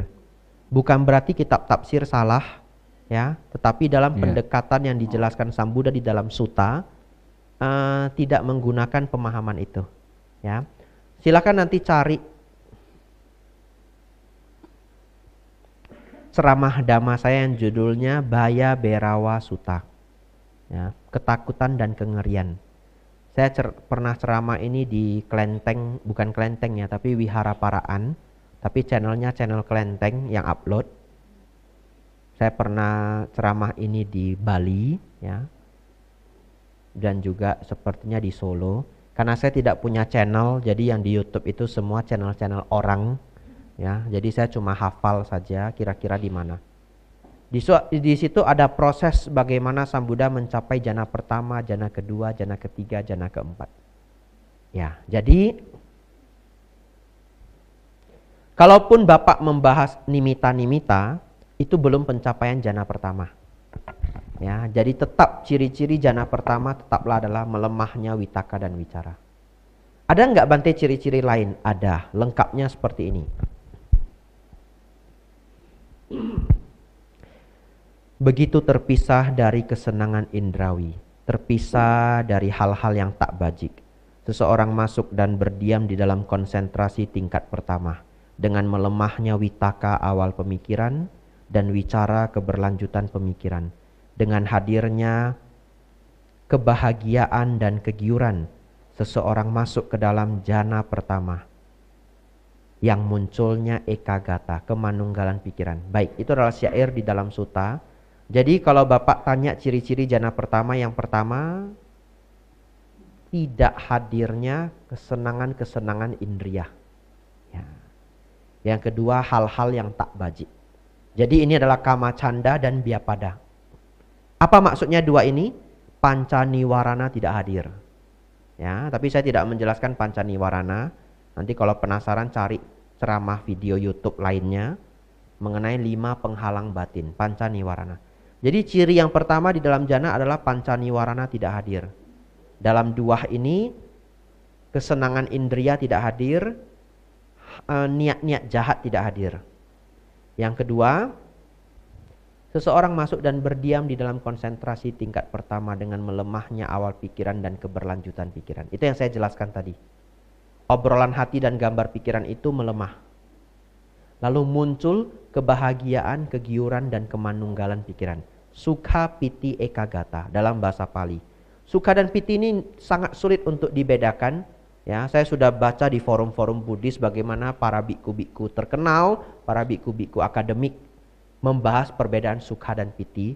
Ya, tapi tidak perlu bingung, anggap saja kedua itu adalah kebahagiaan. Selesai. Ya, daripada kita nanti sulit sekali membedakan sukha dan piti. Jadi intinya kalau kita mencapai jana pertama, witaka wicara kan melemah, awal pikiran dan keberlanjutan pikiran melemah. Muncul kebahagiaan. Dan pikiran menjadi manunggal, ekagata. Manunggal artinya apa? Fokus terhadap objek. Jadi kalau objeknya adalah nafas masuk, nafas keluar, maka ciri-ciri jana pertama adalah kita memegang objek dengan baik, yang disebut ekagata. Inilah ciri-ciri lengkap seseorang mencapai jana pertama. Ya. Kalau Bapak bingung atau belum lengkap, enggak apa-apa. Kok enggak apa-apa Bante? Besok datang lagi. Ya, itu kelas saya besok ya. Ya, kalau saya jelaskan semua besok nggak ada bahan saya ya. Habis ya. Besok kita akan belajar itu. Nah. Ada lagi pertanyaan Pak? Silahkan. Ya, ini biar habis dulu. Habis ya. Boleh Bante satu lagi. Boleh ya. Oke. Ya. Nah berkaitan dengan nomor 8 tadi Bante, kesombongan, itu kan mana. Kalau kita di Abhidhamma kan mana itu ada 3. Saya lebih tinggi dari orang itu, saya sabar orang itu, atau saya lebih rendah, itu kan Bante. Ya, nah yang pertanyaannya mengapa kok lebih rendah gitu, saya lebih rendah dari orang itu tetapi bisa disebut sombong Bante. Itu aja pertanyaannya. Baik, mana itu sebenarnya tidak diterjemahkan sebagai sombong, tapi diterjemahkan sebagai pembandingan diri. Tetapi karena sulit sekali menjelaskan pembandingan diri kepada umat awam yang belum terbiasa belajar dharma yang lebih mendalam, gimana sih biar orang paham? Banyak sekali penulis-penulis buku itu menerjemahkan mana sebagai kesombongan.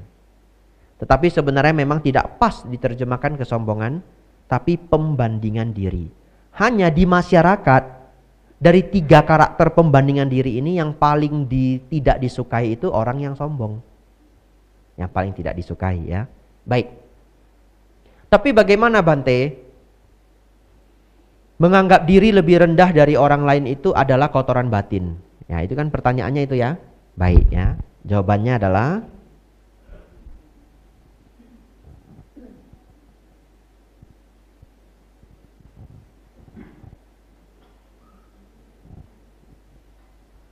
kotoran batin itu artinya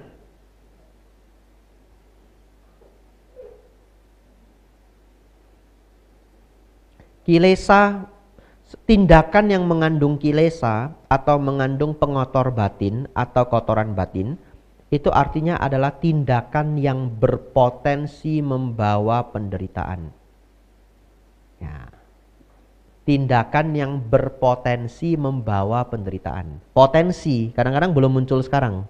Ya. Baik. Saya akan menjelaskan bagaimana mana ini berpotensi memunculkan penderitaan. Kalau kita berpikir kita lebih tinggi dari orang lain, satu ketika ada seseorang dia bekerja, satu kantor itu ada 5 teman baiknya, mereka semua satu letting. Dalam hatinya dia selalu berpikir saya lebih pintar dari teman-teman saya yang 4 lainnya. Itu yang ada di mindset dia. Dia berpikir dia lebih tinggi daripada 4 temannya. Satu ketika pimpinan pusat berpikir ingin membuka cabang baru di IKN, ibu kota negara. Dan akan menjadi pusat baru karena ibu kota akan dipindahkan. Misalkan ya, dipilihlah 20 supervisor terbaik se-Indonesia. Dari 20 supervisor terbaik se-Indonesia, maaf ya, mau dipilih 5, misalkan begitu. Mau dipilih 5 atau mau dipilih 6. Entah bagaimana ceritanya, dicomot-comot ini supervisor dari provinsi lain 2, dan yang di sini yang di Jakarta karena pusat ya, diambil 4. Cuma dia sendiri yang nggak keambil. Temannya yang selama ini dia sepelekan 4 orang itu, dia menganggap saya lebih tinggi dari teman saya, semua kepilih. Sakit hati enggak Bapak Ibu? Sakit hati. Dia sakit hati karena apa? 2 hal. Satu, karena tidak dipilih. Sakit hati 1 kali. Yang kedua, karena dia berpikir selama ini saya lebih pintar dari teman-teman saya. Sakit hatinya 2 kali. Tapi bagaimana kalau dia berpikir saya dengan teman saya sama pinternya? Sakit hati juga. Kok saya nggak keikut? Betul ya? Stres juga. Ya, segala hal yang memiliki potensi penderitaan itu disebut kilesa, kotoran batin. Nah, sekarang potensi ini sudah saya simulasikan, sudah saya analogikan bahwa ada real case-nya. Ada kasus nyata di mana ketika kita menganggap kita lebih tinggi, kita bisa menderita loh. Sama tinggi juga menderita. Bagaimana kalau lebih rendah Bante? Menderita juga.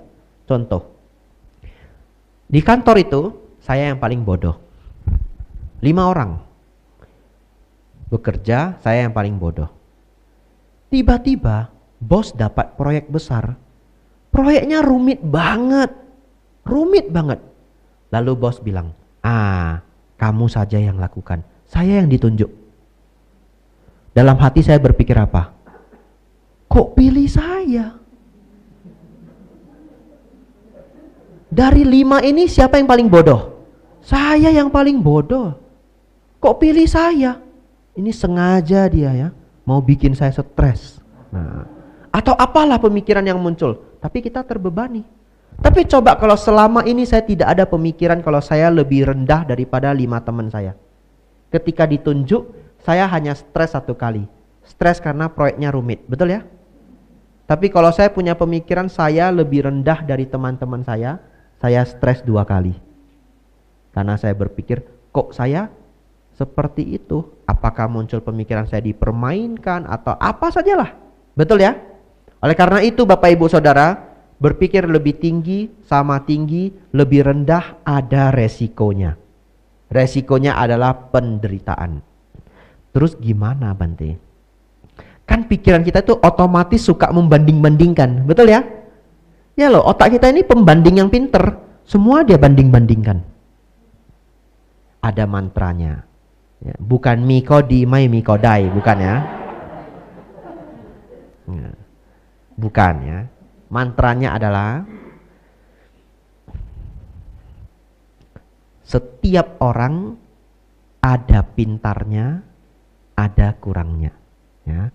Setiap orang memiliki kelebihannya sendiri dan kekurangan masing-masing ya. Jadi kalau Bapak Ibu bisa melihat bahwa setiap individu itu sebenarnya ada kelebihan dan kekurangannya masing-masing, bagaimana mau dibandingkan? Betul ya? Anda bisa membandingkan kalau itu adalah spesifik. Contoh, siapa yang lebih pinter? Apa misalkan contohnya? Enggak mau pakai makanan lagi ya. Cari yang lain ya, sudah malam ini. Ya. Memperbaiki handphone. Contoh ya. Nah, ada 4 teknisi, Anda mau membandingkan siapa yang lebih pintar memperbaiki handphone. Itu spesifik banget. Anda pasti harus membandingkan. Kenyataannya dalam kehidupan sehari-hari kita tetap akan membanding-bandingkan. Tetapi Anda jangan membandingkan satu individu secara keseluruhan. Ya, karena setiap orang punya kelebihan dan kekurangannya masing-masing. Contoh.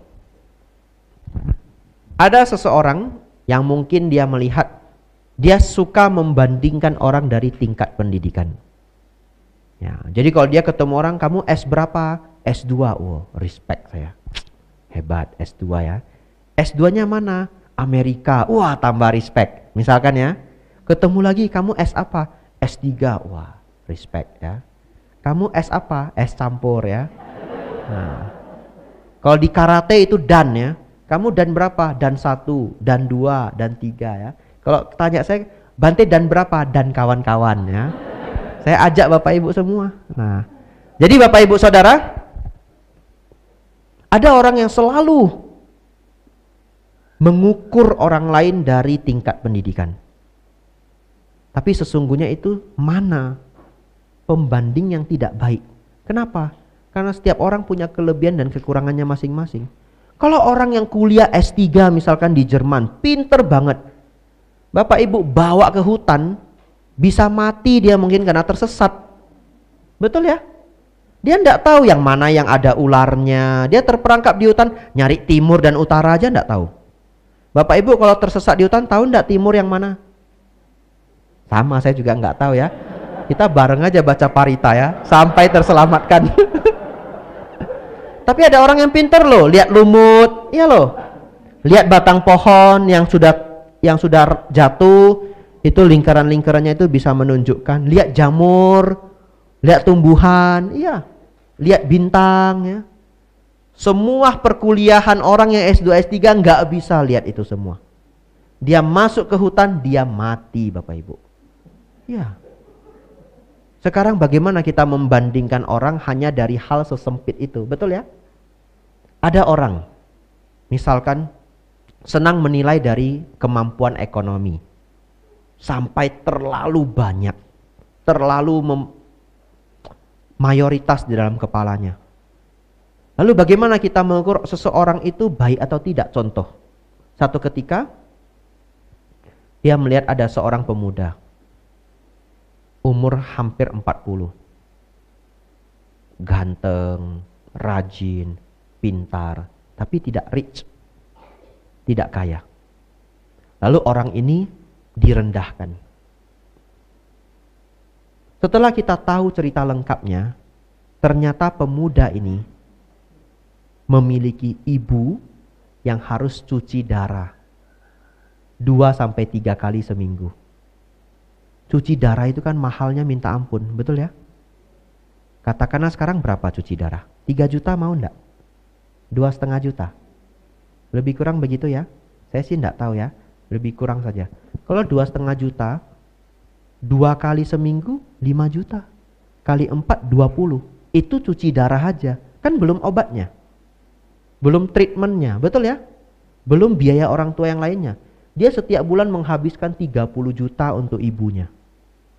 Biaya hidup di rumah 7 juta, 7 juta. Dia mau cari uang serajin apapun tidak akan pernah kelihatan kaya.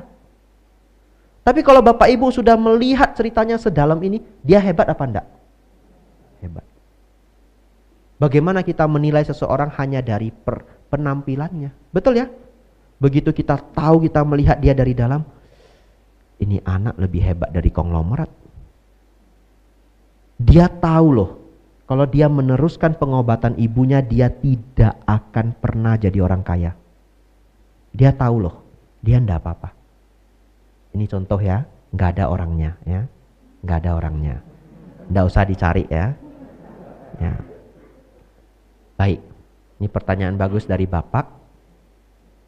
Mulai membuat kebiasaan. Kenapa saya mengatakan mulai membuat kebiasaan? Karena itu adalah praktek dhamma sama wayama. Pikiran buruk yang belum muncul diusahakan tidak muncul. Pikiran buruk yang telah muncul dilenyapkan. Pikiran baik yang belum muncul diusahakan untuk muncul. Pikiran baik yang telah muncul dikembangkan. Jadi saya tidak menyalahkan Bapak Ibu kalau punya pikiran membanding-bandingkan orang, karena itu sudah kebiasaan pikiran, sudah hampir seperti otomatis ya. Tapi begitu muncul kotoran batin pembanding itu, cepet-cepet baca mantra tadi. Ya, setiap orang ada kelebihan dan kekurangannya masing-masing. Setiap orang ada kelebihan dan kekurangannya masing-masing. Itu namanya latihan ya. Kadang Anda berhasil, kadang ada tidak ya. Anumodana pertanyaannya ya. Bagus-bagus semua pertanyaannya Pak ya. Saya jawab sampai jam 9 lebih. Ini Pak siapa namanya? Pak Irwan ya, Anumodana. Ibu silakan tadi siapa? Ya, ini Bu Heni ya. Ya.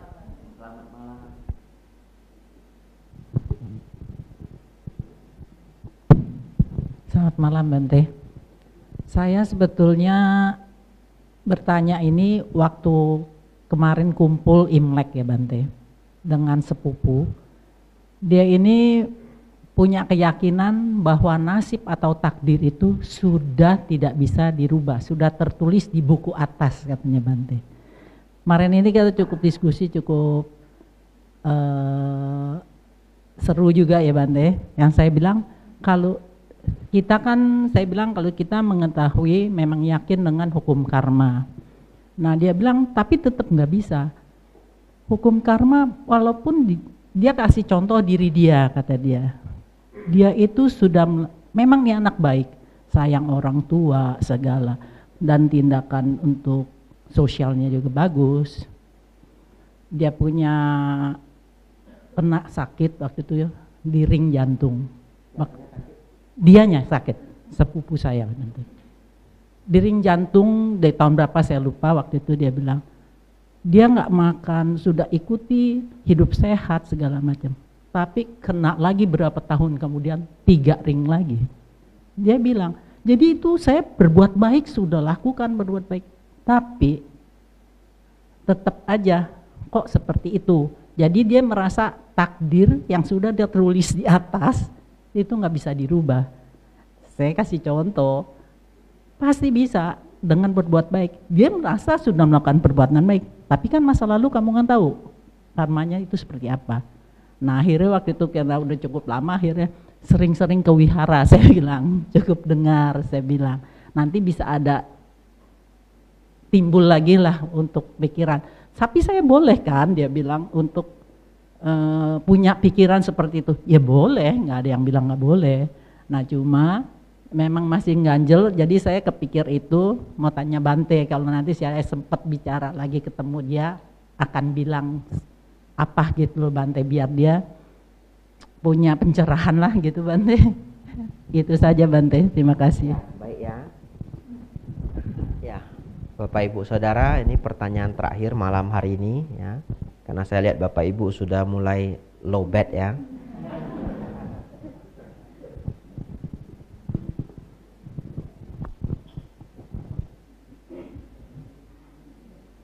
Ya, pertanyaan sangat bagus ya.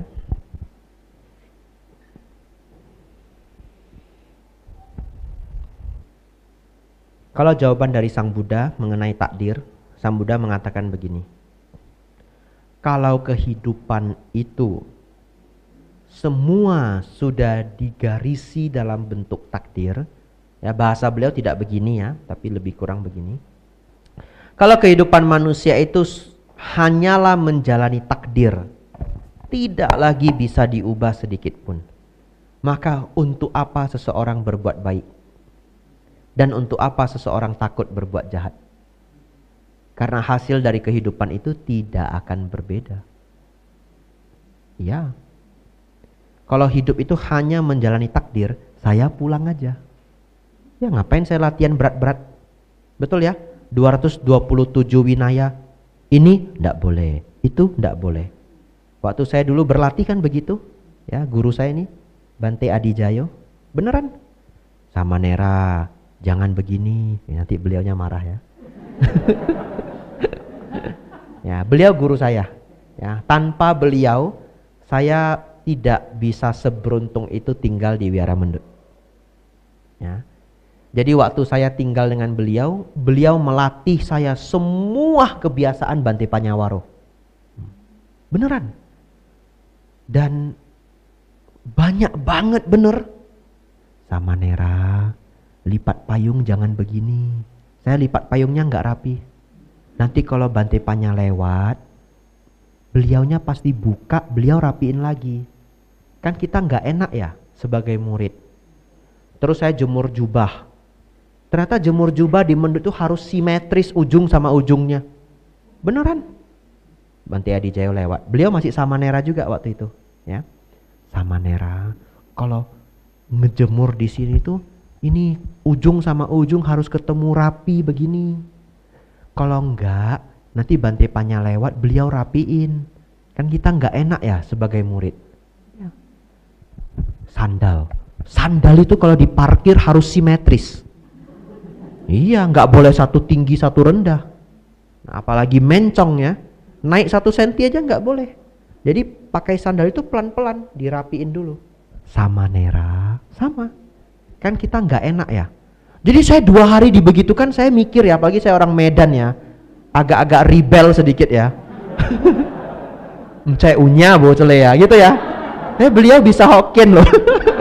Beliau lahir di Binjai. Ya, umur 20 baru berangkat ke Surabaya ya. Nah, itu beki Bante ya. Ya. Jadi saya mikir nih, bener enggak sedetail itu Bante Panyawaro? Bener enggak? Lalu barang di mendut itu semua sudah rapi, kita enggak boleh. Semuanya simetris. Jadi Anda mungkin tidak sadar, semua barang yang disusun di Wihara Mendut itu simetris. Simetris itu dalam artian begini. Contoh vas bunga itu ya, itu diletakkan di sana itu bukan sembarangan, tapi misalkan mengikuti garis yang satu ini. Iya. Jadi kalau kegeser itu tahu. Jadi kalau kita ngebersih, ngelap, kita balikinnya nggak pas, nanti beliau lewat, beliau tahu. Beliau geser sedikit, 1 senti. Tapi kita sebagai murid kan nggak enak ya. Ya itu. 1 minggu Bapak Ibu. Tidur jam 10 malam harusnya. Tapi beliau masih kasih saya masukan sampai jam 11. Saya tidur berdua sama beliau. Sampai sudah jam 11 kan lampu sudah ditutup ya. Saya tutup selimut begini. Sudah jam 11 ini kayaknya belum habis ya. Iya. Besok bangun jam 4 ini ya. Gimana ini? Kalau Samanera beliau mungkin tidur sedikit tahan ya, saya enggak tahan, anak muda betul ya, terpaksa gini, gitu. Abijato sudah tidur ya? Untung saya enggak jawab ya. Abijato sudah tidur? Sudah, kan enggak mungkin ya. Nah, hampir. Tapi seminggu saya diajari semua jam buka pintu, tutup lampu, semua hal yang jangan dilakukan di Wihara Mendut. Semua. Bapak Ibu tahu, setahun saya tinggal di Mendut, setelah itu saya pamitan mau ditabis di Dhammacakka. Bante Panya ngomong begini, saya hanya sendiri, angkatan tahun 2015, nggak ada temennya. Samanera, selama tinggal di sini 1 tahun tidak pernah berbuat salah 1 kali pun. Ya, kalimat Bante Panyawaro. Dan saya tidak pernah marah ke Samanera 1 kali pun. Bapak Ibu tahu, begitu Bante Panya ngomong begitu pas saya pamit, orang pertama yang saya ingat Bante Adi Jayo. Saya diomeli, bukan diomeli ya ini, diberi advice, masukan sebegitu banyak 1 minggu, tapi sungguh sangat luar biasa ya. Tadi pertanyaan apa? Saya sampai lupa saya. Nasib dan takdir ya, baik ya. Nah, gawat ini ya. Apa? Iya, mungkin beliau datang ini ngomongin saya lu ini. Murid tidak berbakti. Nah. Ya, beliau sangat baik orangnya ya. Jadi saya tidak khawatir ya. Nah, baik, kita lanjut. Yang pertama, Kalau hidup kita hanya menjalani takdir, tidak ada gunanya kita berbuat baik ataupun mencegah diri berbuat jahat. Yang kedua, tidak ada gunanya seseorang melatih diri sebagai pertapa. Betul ya? Tidak ada gunanya. Lanjut. Segala sesuatu itu ada sebab dan akibatnya. Segala sesuatu ada sebab dan akibatnya. Tapi saya itu kena jantung ini, di ring sudah. Saya jaga makan tetap kena ring juga. Baik. Ratusan tahun yang lalu, dunia ini terkena wabah TBC. Dan banyak orang meninggal. Waktu zaman itu belum ada masker. Kalau orang kena TBC, keluarganya tutup semua pakai kain. Saking ribetnya ya, diobati pakai ini nggak bisa, pakai itu nggak bisa. Ada yang sampai diobati pakai serbuk emas, nggak sembuh juga, meninggal juga. Pada zaman itu satu dunia sepakat bahwa itu adalah pekerjaannya iblis, dan siapapun yang tidak berhasil bertahan melawan TBC memang sudah takdirnya. Kalau itu benar-benar adalah takdir yang sudah digarisi dan tidak bisa diubah, bagaimana cara kita menemukan obat TBC? Betul ya? Obat TBC itu adalah upaya manusia untuk menyembuhkan diri dari TBC. Dan sekarang obat TBC sudah ada, konsumsi 6 bulan, betul ya? Dan saya pernah ketemu dokter yang dulu dokternya jadi Samanera di Mendut. Dokter itu dokter perusahaan, jadi dia selalu testing karyawan. Dan dokter itu bilang, Bante, saya pernah tes karyawan kami, kalau karyawan kena TBC lalu rutin minum obat TBC itu dalam 3 minggu saja dia sudah tidak bisa menularkan TBC, menurut dokter itu ya. Lalu nanti pelan-pelan sembuh. Oleh karena itu saya pikir ya, kalau dia sudah jaga makan tapi penyakitnya tetap kumat dan balik, dia hanya belum menemukan sebabnya. Ya, mungkin ada sebab lainnya. Bisa jadi genetik, ya. Bisa jadi dia tidak konsumsi daging, tidak konsumsi lemak, tapi konsumsi gulanya tinggi. Sama saja.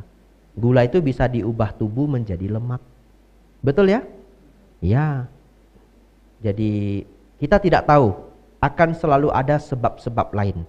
Tapi kalau manusia hanya percaya takdir, maka kita juga tidak perlu cari obatnya. Terima takdir aja, betul ya? Ngapain kita research cari obat kanker? Kanker nggak ada obatnya, Bante, saya terima takdir saja. Saya nggak usah jadi ilmuwan saja. Misalkan ada orang jadi ilmuwan kanker. Ya tidak, karena manusia ini tidak pernah menyerah. Masalah-masalah itu kita temukan solusinya. Campak itu dulu mematikan, TBC, apalagi yang dulu sangat mematikan sekarang sudah ada obatnya. Banyak saya pikir ya, cacar, kusta, ya, tetanus, ya loh, rabies, ya, itu rabies juga ya harus vaksin ya. Ya itu jawaban dari saya ya. Sebentar saya pikirkan dulu, ada lagi hal penting tidak yang bisa saya sampaikan?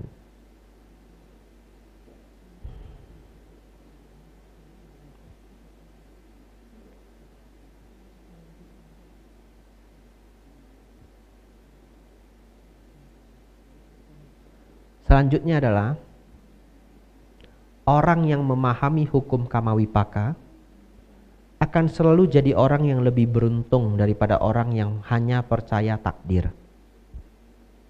Ya. Kenapa? Karena dia tahu hidup bisa diubah. Contoh, misalkan dia lahir di keluarga yang sering ribut, keluarganya sering ribut.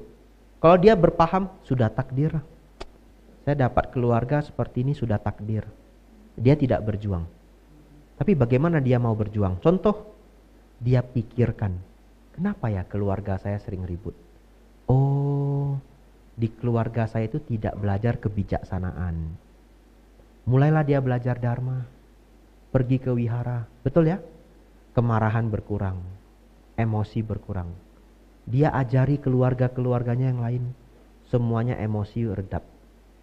Saya yakin di antara Bapak Ibu yang hadir di sini pasti ada yang setelah sering datang ke wihara satu keluarga, masalah di rumah berkurang, tidak hilang ya, berkurang. Itu apa? Itu karena dia paham kita hidup tidak menjalani takdir. Tapi setiap masalah itu kita bisa cari solusinya.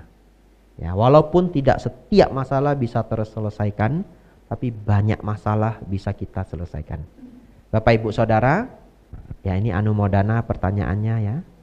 Ya. Panjang sekali diskusi kita ya, Bapak Ibu luar biasa, sudah jam 9 lewat hampir 20 ya. Sudah harus kita tutup Bapak Ibu Saudara. Semoga apa yang kita diskusikan malam hari ini membawa manfaat besar untuk Bapak Ibu semua. Semoga Bapak Ibu semakin maju dalam kehidupan, semakin maju dalam dhamma. Sabe sata bawantu sukitata. Semoga semua makhluk hidup berbahagia.